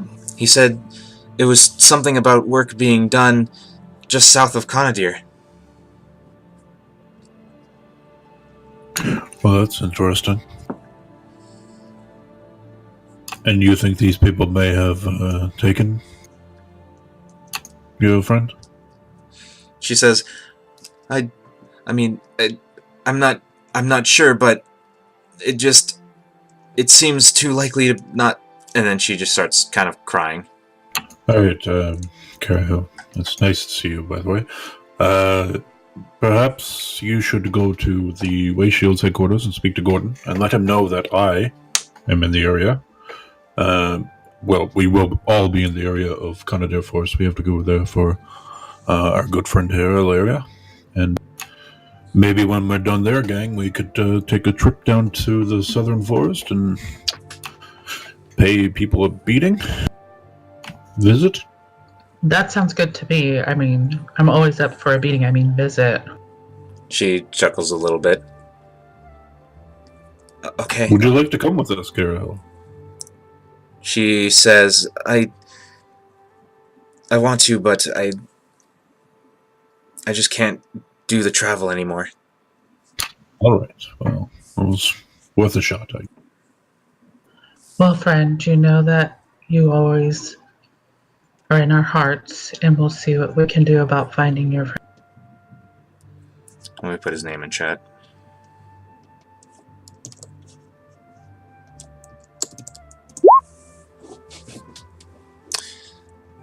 And she describes him as a I'll have to double check this with Brittany, but human with dark brown hair.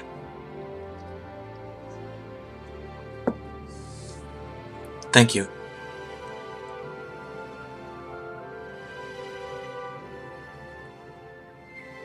And then she starts walking past you toward where you know the Wayshield's headquarters is.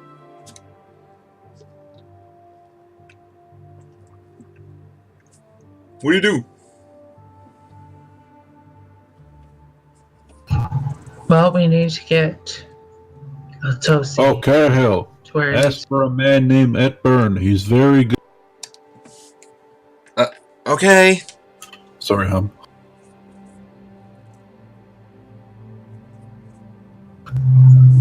Let's get this show on the road. Alright, but I need to go buy rations, because, you know, hungry chef and all that. Okay, so doing that is simple. So you do that and you start making your way out of town.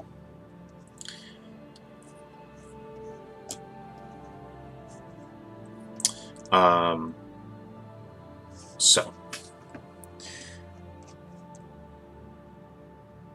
you guys at the gates,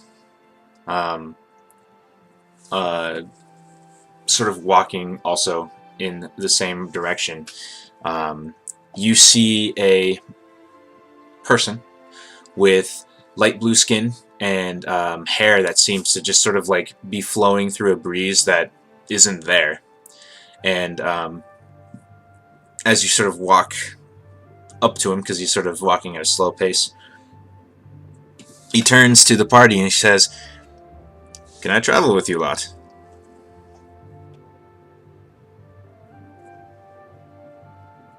And Zachariel, something about this gentleman rings a bell.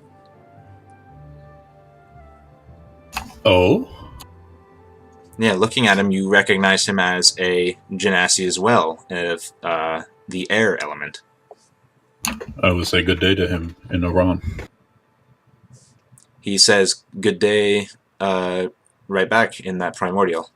And then Tadiah says, "The sea of fire is hot." To which the gentleman kind of shakes his head, or in like, "What is that?" He is learning. And Zachariel, is that a friend of yours? He looks familiar. Zachariel? Yes, that is As I. in noble, of noble blood, Zachariel? Oh no, I think you have the wrong person actually.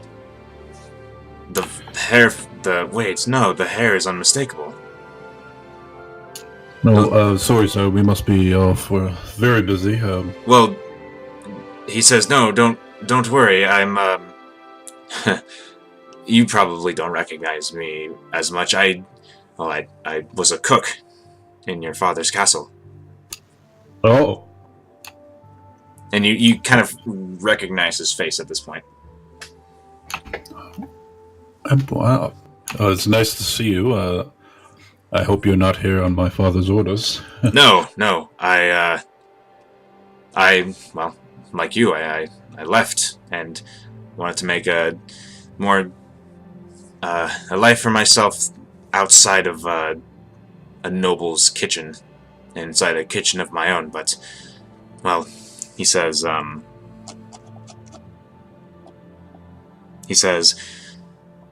getting a little tired of the city. I'm getting, especially now." He kind of like rolls his eyes, sort of referencing the events of yesterday. "Wanted to try my hand at being a logger in Tomerer." Well, we're headed there. Well, I figured you were heading, at least down the road this ways. He says, Yes, we're actually going into the wood. Well, as long as, let me get you guys to the map. He says, well, as long as, I don't really have the money for a way shield, so I was sort of hoping to be, in company. Well, you don't have to pay for this way, Shield. You did teach me how to cook. He says, Did I? I watched. Smiles and he says, well, thank you kindly. So, he starts walking along the cart. Oh, and in the time it takes to get the rations, Zachariel, Tadias went back and grabbed that air-propelled cart. Okay. So the body is on that, and you guys are wherever you want to be, on the cart, off the cart. But the horse has no saddle. What color is the horse? What color do you want the horse to be? Black. It is black with brown spots. Cute. So, let me change the music.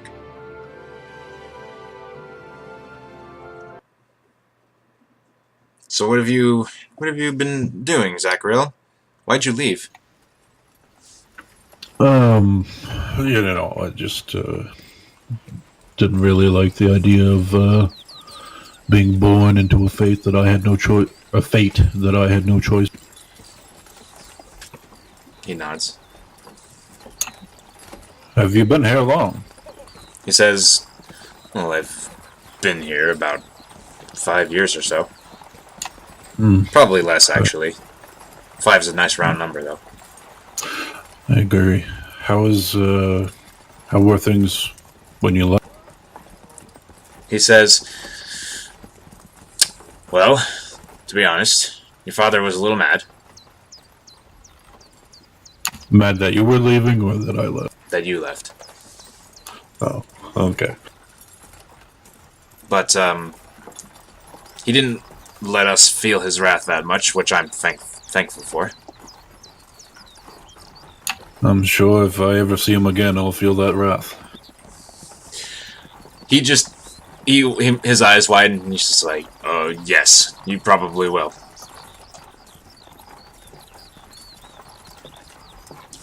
Well, here's to never having that happen. He chuckles. I don't think I've actually said my name to all of you, and I'm sure you don't remember it. Did he say his name? Did I introduce him? No, I didn't. You just introduced him as... Right. He says, name's Kine. Spelled like this. Well, it's nice to meet you, Kine. Nice to meet you, too. Nice to re-meet you, Kine. He chuckles. Kine, I do have to ask you a question, though. Yes? Is your food as spicy as Zachariel's here?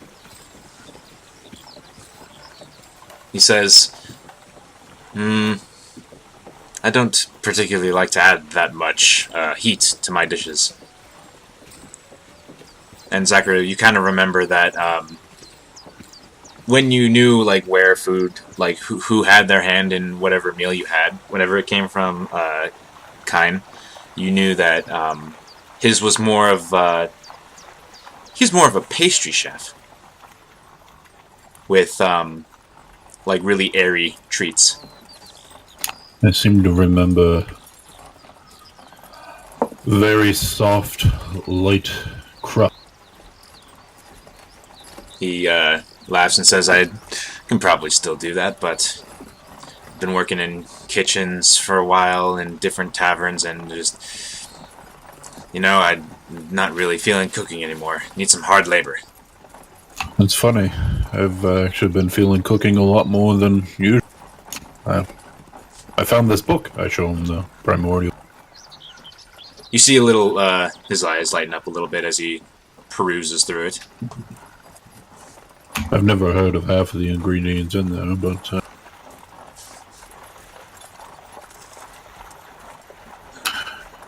the mango still evades me.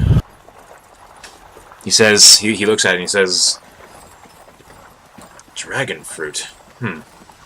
Interesting. Yeah, I don't know if that's like a play on words for dragon meat. I don't. I was just thinking that perhaps it's Is it the heart of a dragon? That seems pretty difficult to get. Yeah, I can't imagine that's an easy recipe.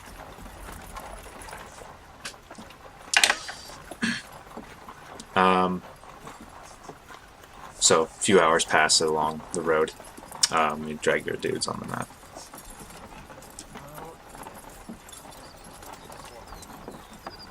Actually, I need to test something. So, Kain, did you come here right away, or did you travel around? What, Forthstride? Well, the region in general. He says, well, I did a lap around, the Silch Road and, found myself on the River Road once. Interesting. You run into any strange characters? He says, what do you mean, strange? Sporting weird symbolic tattoos, maybe weird designs on their armor.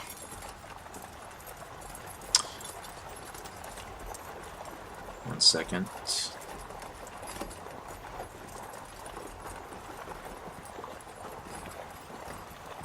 Actually, you ever see one of these? I take out my shark sword. He, roll an insight check. Alright.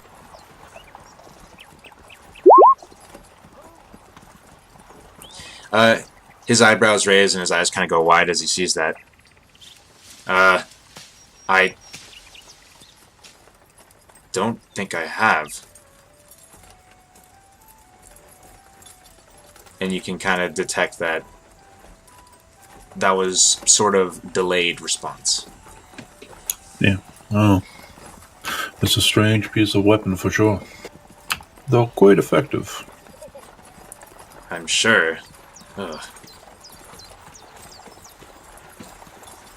Very good at ripping and tearing. He just kind of nods. Did my father ever get over it?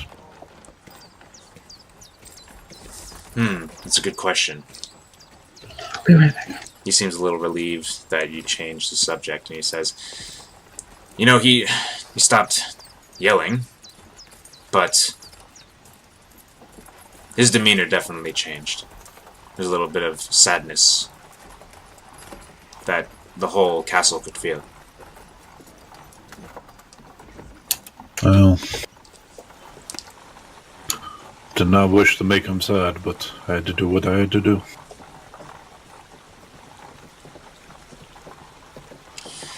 So you reach, you start parting from the river, and the grass here gets kind of straw-like. Like the plants seem to be, the plants are just a little bit less lush here. Just a little splotch of it. And as you get to a certain part, I need to get your characters.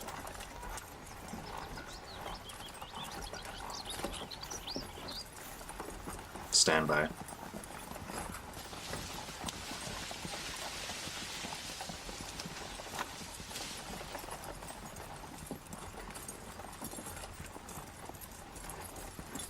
There's footsteps in the grass.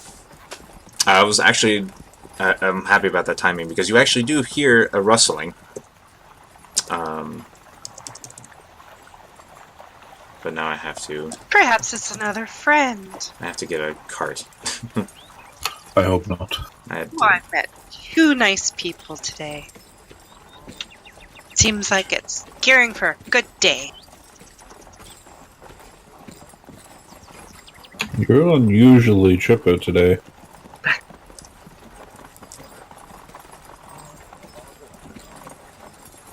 Alright, give me a second.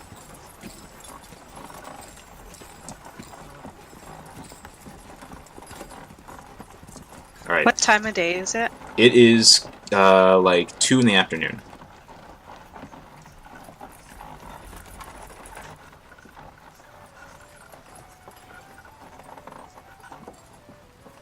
So we can see what's in the grass pretty easily?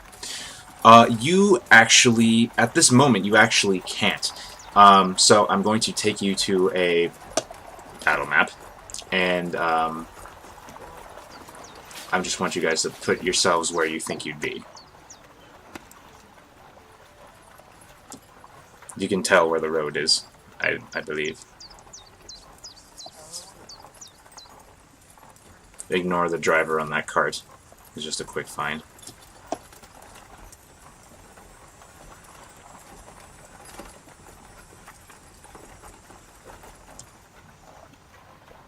And there's the cart with Altosi's casket on it.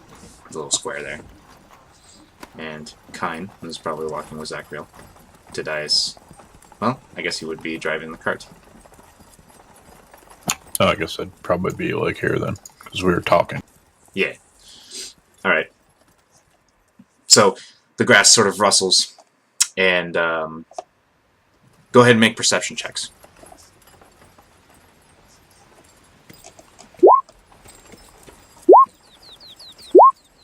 Alright, Zachriel, perfect. So, you guys get to this area, and you hear that rustle in the grasses, and not only does it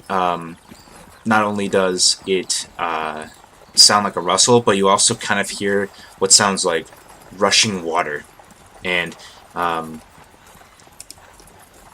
before you, sort of just sprouting out of the grass, rising up, is a full-fledged water elemental. And you look around and you see another and another. Roll initiative. As I get the music on.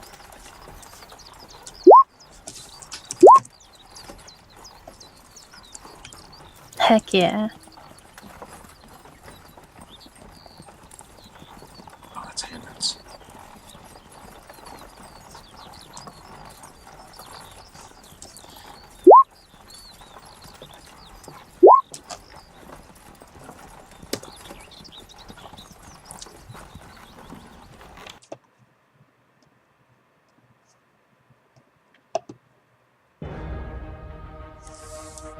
Okay. Let me get initiative. These guys rolled.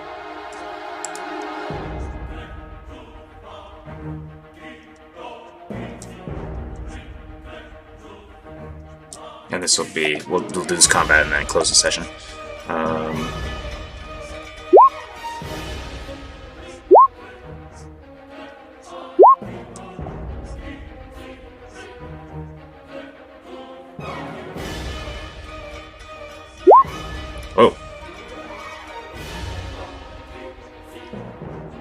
Oh, but it wasn't selecting use token.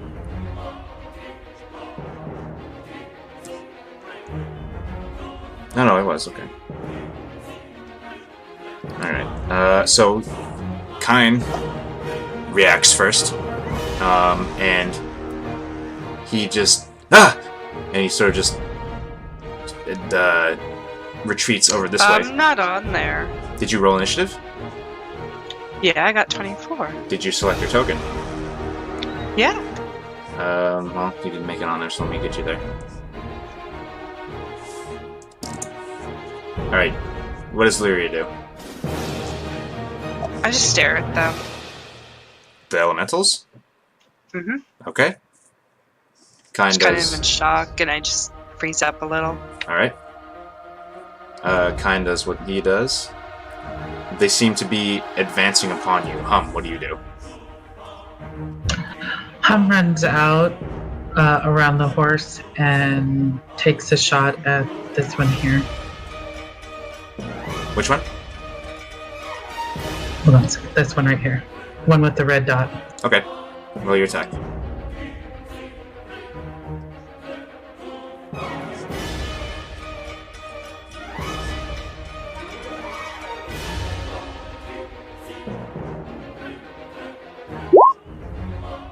Unfortunately, misses as it just kind of into the grass. Delia. Okay, well, Delia is gonna cast Mage Armor Okay. And then make it over here.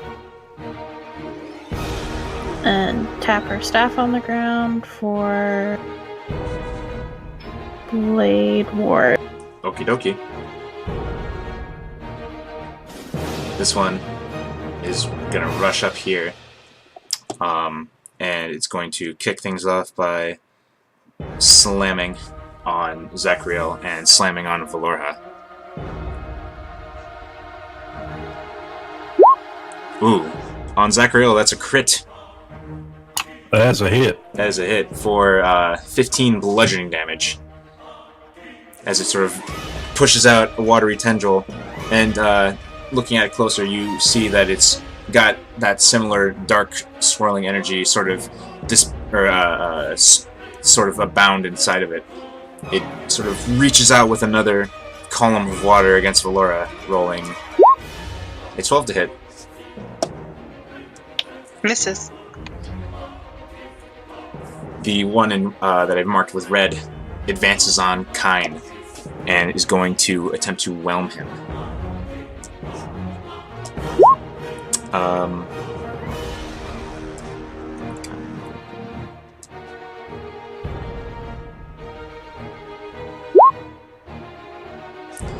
So it sort of surrounds him, and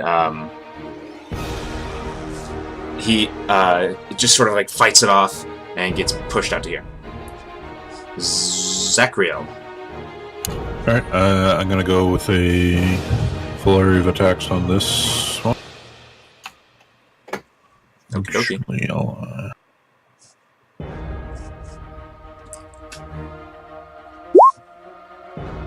That's a hit. Alright, I'm gonna make this a go. 11 bludgeoning damage. Ooh. Ooh, good one. 19 damage. And DC 15. Charisma? Wisdom. It fails.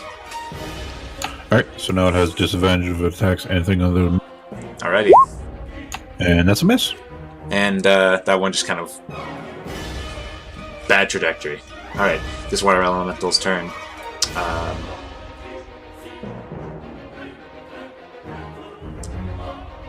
Wait. Okay. Gets to... here. And... uses its action to dash and close in on Kine. Do you want to work Tadias? Yeah, I have Ishido. Excellent. Tadias' turn. So,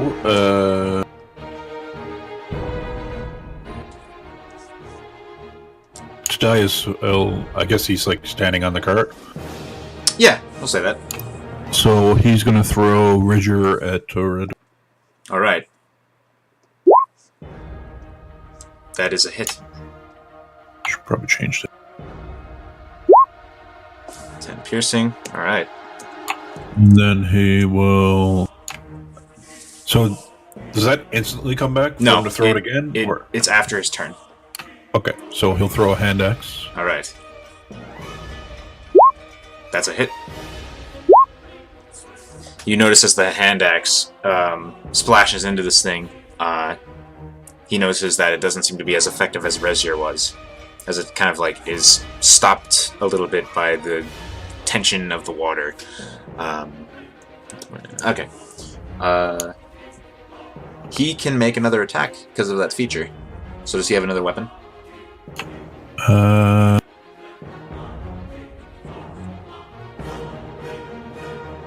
Yeah, he has daggers. You can chuck a dagger if you want to do that. That's a hit. This dagger is definitely not as good as Rezier, but it definitely hits. And carves out a little bit of water. Anything else? That's it for him. Alright. Illyria. Okay, she's going to see what happened to her Katniss. She's going to say, Valora, disengage. Valora disengages. Actually, you didn't tell me where she's moving. So where's she moving? Yeah, I'm gonna assume that she went under the cart Ooh, over there. totally. But all the water elemental's attention is all focused on Zachriel. So with that, she slips away. Okay, and then I get one more action, right? Yes. Oh boy. Am I good to go? Wait. Or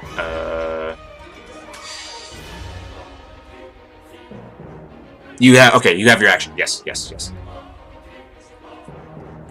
So you can attack if you want. okay, I'm too close with the bow, so I'm going You're not to try actually. that. You're 10 feet away. You can definitely use the bow. Okay, I guess I'll use the bow then.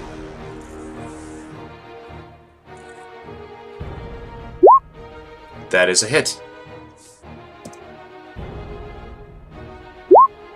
Arrow sinks in, but it doesn't seem to cut as he is not made of flesh.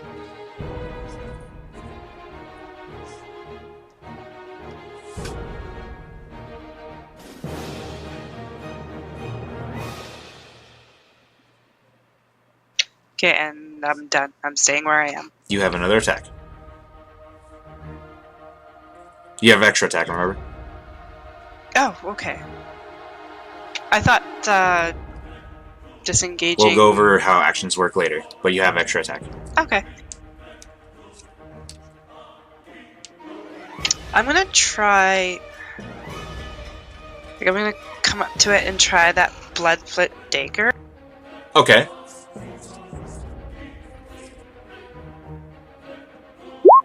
So you drop the bow and pull out the bloodflint dagger. That's a hit. Go ahead and roll.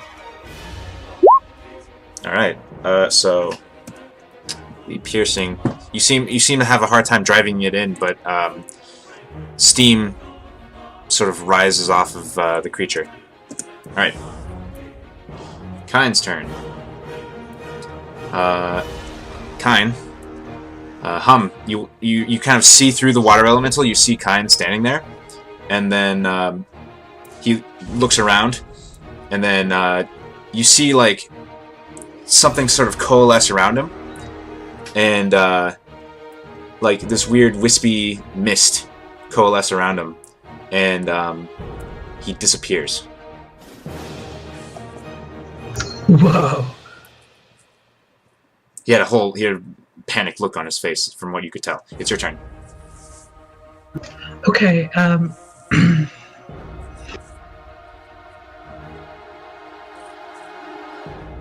because Kind disappears, Hum decides she's going to try to use her Thunder Wave. All right.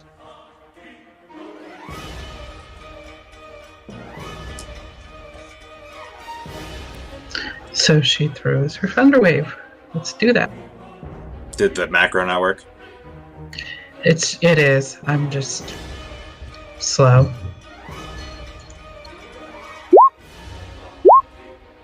All right. Whoa. What'd you cast this at? 3. Okay. Well, he passes his con save, but he still takes that 14 damage. If we're dividing by 2. So 14. Nice. So you see the water ripple as it with the thunder's energy. Delia. Hey, I'm gonna look over here and see it. My good friend Hum too close to this water elemental. And I'm gonna send a fireball right over there. Alright. Let me get the AoE. The horse. It won't hit the horse. Evocation? Exactly. Let me see here.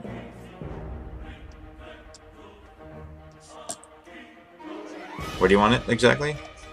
Like, there? Probably a little bit further back so I don't hit the horse and I can just protect Hum. Okay. So, you scorch the earth underneath it, and they need to make dex saves. And steam rises from them. They both... Oh, one actually passes. So... Get that out of here. Alright, so what was that? Okay, so that one failed, and that was 29 damage. The other one passed, and that was... Boy, the one in front of Hum is just on fire. 14. Okay. Anything else? I think that's it. Steam rises from them as the fire cooks them, and you also hear... Oh, important. You hear a scream from behind the water elementals in relation to you, Delia and Hum. Oh no! Was he just invisible? Yes. Oh crap! Alright. I didn't see him. Yeah, you still don't, by the way. So... The one in front of Zachariel is going to attack Zachariel, goading attack and all. Actually, he just tries to whelm you. So I need to make a strength save. You pass. That was my sheet, not... I believe you. I mean, you roll what you roll. So you are pushed out of here. And no damage. And that's all it's going to do. This water elemental looks kind of confused. Looks back, looks around it, looks at Hum, and it just sort of decides to attack her. 10 to hit. Miss. And then it just tries to swing wildly. But it doesn't seem to hit anything. Zachariel, it's your turn. Alright, another series of attacks against this water. Alright. That is a hit. Alright. Oh my god. Oh, man. Sorry, man. Alright. This one sort of rolls here, and rolls here, trying to locate. And then it just sort of swings about wildly, but to no avail. Tadias.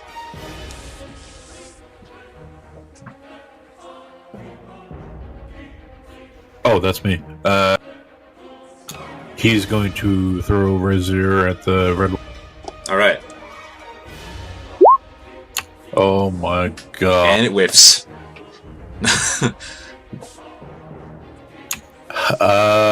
And he throws a hand at. That hits. Alright, splashes into it, carving away some of the water, drops them to the ground. And, any bonus actions you can take? Oh! You didn't, you could use the improvise thing that his character has, if you want. Oh yeah. Let me improvise that Razor. Alright. That is a hit. 9 piercing. Alright, cool. So, now he can take that special attack. So is that just an extra attack, or is that like a bonus action attack?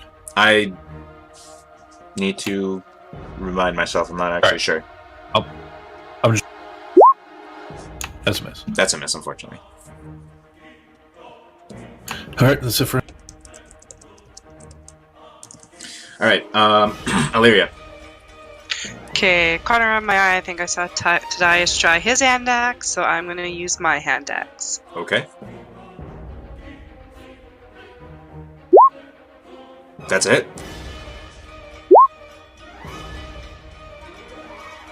It's... So, you find that it... you saw Tadias using it, but when you connect, you find that it doesn't have as much purchase as a stroke like that should have.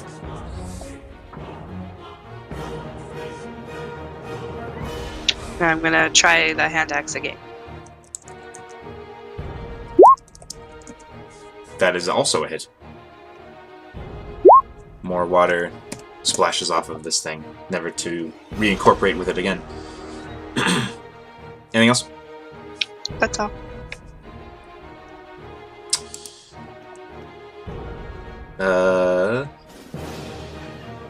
Hum is going to throw some magic it's not your turn. missiles at these. It's not? It's not. It is Kind's turn, who reappears here. And you watch as he has his hand forward, and this pillar of what looks like hot, dry steam.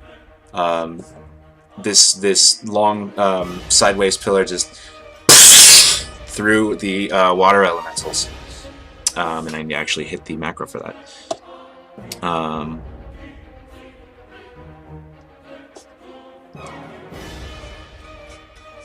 What? That's not... Well, okay. Water elementals.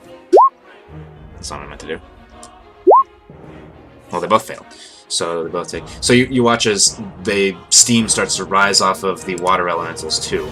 And they look like some of it just boils off of them. And that's his turn. That's your turn, huh? Hum is still pulling out the wand of magic missiles. Yeah. And she's going to use the charges.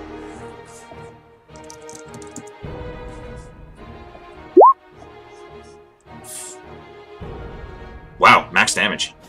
How many charges are you using? 3. Okay. Wait. Oh god, math. So that's another 2 darts plus the 3. So that's 25 damage. Yep. Which one are you hitting? The one in front of you? The one in front of me. Alright. So you pump the arcane energy into this thing, and water is just sloughing off of it, and it has trouble sort of standing. Anything else? That's it. Alright, Delia.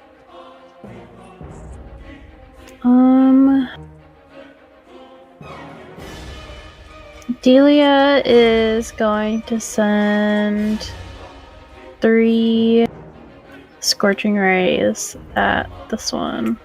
Alright. That's a hit. That's a miss. That's a hit. And it starts to just boil uncontrollably, and it starts to just steam away as you destroy this elemental. Anything else? Nope, that's it. Alright. This one, still focused on Zachriel, is going to attempt to slam him. 19 to hit. That hits. 8 damage. And then another one coming around for 23.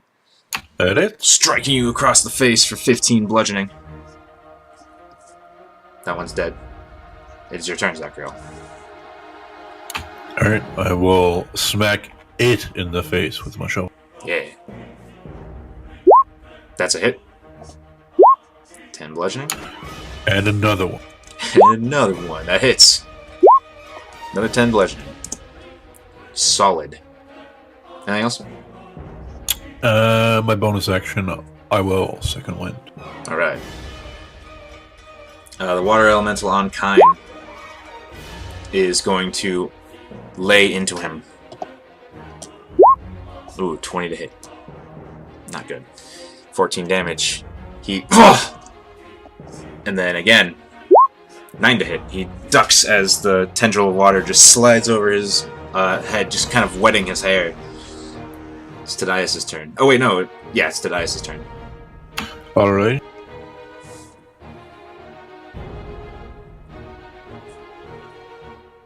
Alright, so we've fought these before, right? Yes.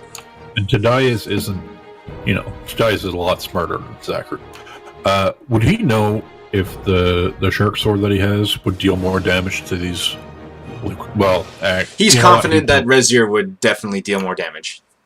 Okay. Well, he is going to jump off the cart, so get right up on this thing and stab it a couple of times with Rezier. Alright. That's a miss. But he can improvise, if you want. The Doesn't he get flanking bonus from... Oh, he does, so it hits. Alright. 8 piercing. Improvise that. Alright. You've rolled a lot of natural ones tonight. That's a hit. Yeah, I'm not like... 10 piercing. Cool. And then he'll just offhand with a dagger. Alright.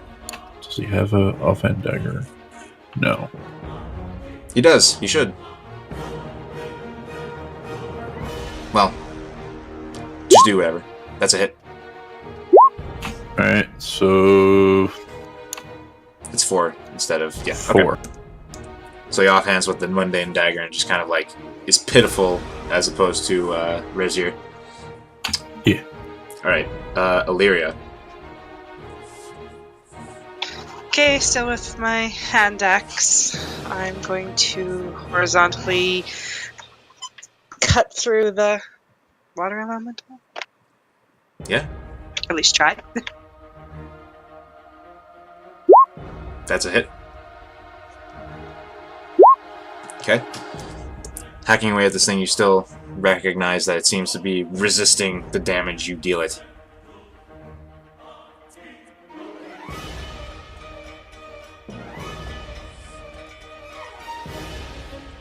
You gonna use your second attack, or? Yeah, I'm gonna try the hand axe back again. Okay. That's a hit. Roll damage. Alright. Anything else? That's all. Kine is going to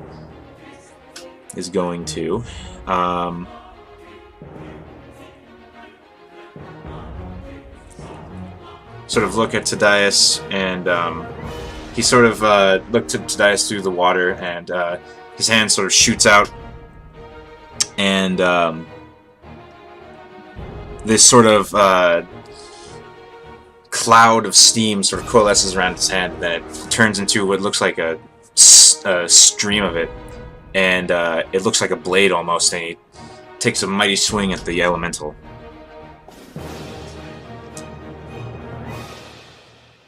Oh.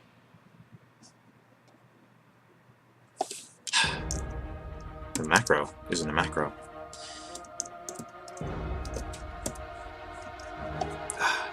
That's really irritating.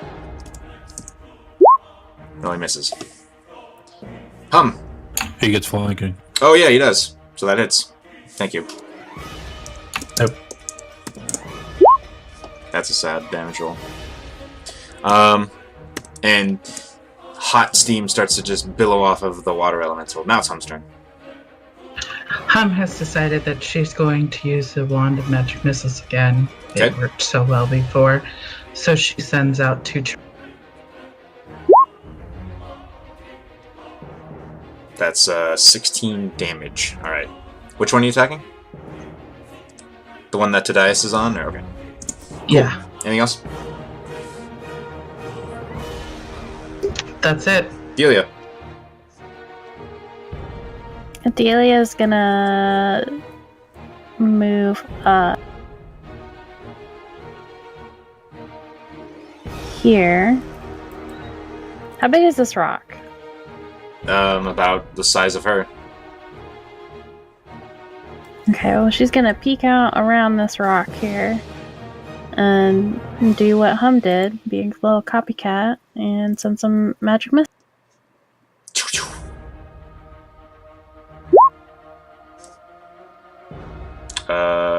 Yes. Okay, 15 damage. More arcane energy starts to destabilize this water elemental. The one in front of Zachariel is going to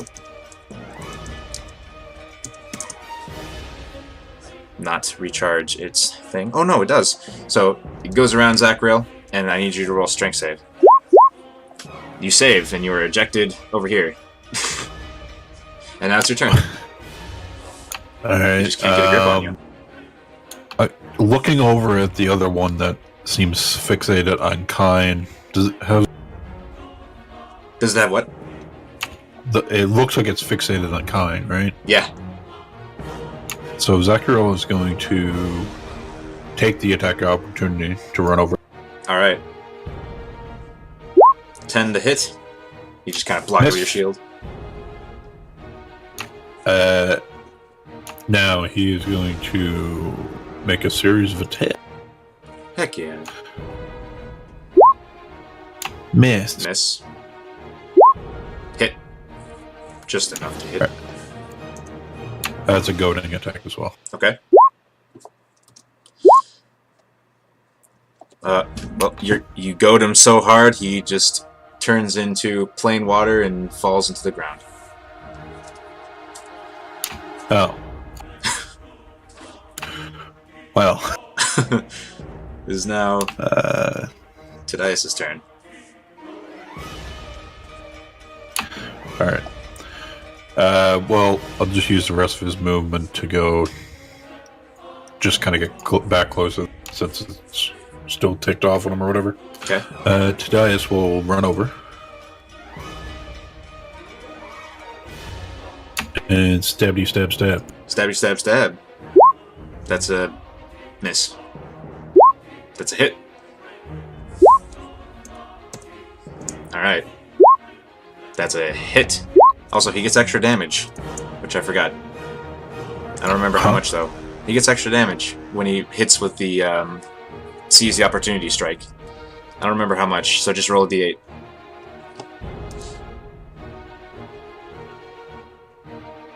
My head says 2d8, but I'm not sure. But we'll just go with that for the sake of time. Illyria! Okay, I'm gonna switch to my bow and shoot the only one left. Alright, you pick up your bow. Knock an arrow. That's a hit. Solid hit, despite its resistance to mundane weaponry. And then you knock another arrow. And unfortunately, he just kind of slips off of the string. Falls to the ground. Anything else?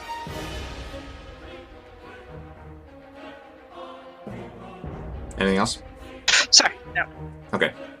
Kine is going to sort of just look at the puddle of water below him. Hum, it's your turn. Hum steps forward just a bit, or to the side a little bit, and then shoots her crossbow at him. Alright.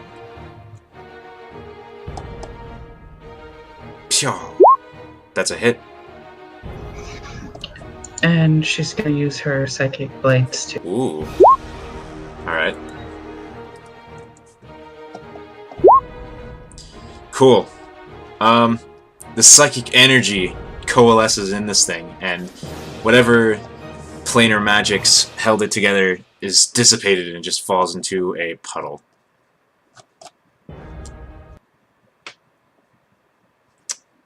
And the wind, after the water splooshes down, you hear the wind around you, and you look back at Kine, and he's just kind of looking down at the ground.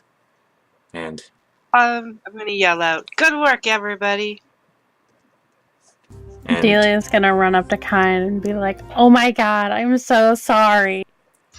Hum comes over and, says sorry too. I didn't realize you were still there. Neither did I. The time for dodging questions is over. Why is the crushing wave after you? And we'll find out why next week. Hell yeah. I wanted to get that out before you close, because I was 100% going to forget. Gotcha. I also wanted to point out, I am like, "Good work, Kine, that was awesome!" And I go around here and I just kind of throw up a bit. I'm sorry, you do what? I get sick behind the cart. Oh. Well, I guess we'll pick that up next week. Thanks for watching, anybody who's watching. Hi, Joy. Bye, Joy. Hi, Joy. Bye, Joy. Bye! Good night.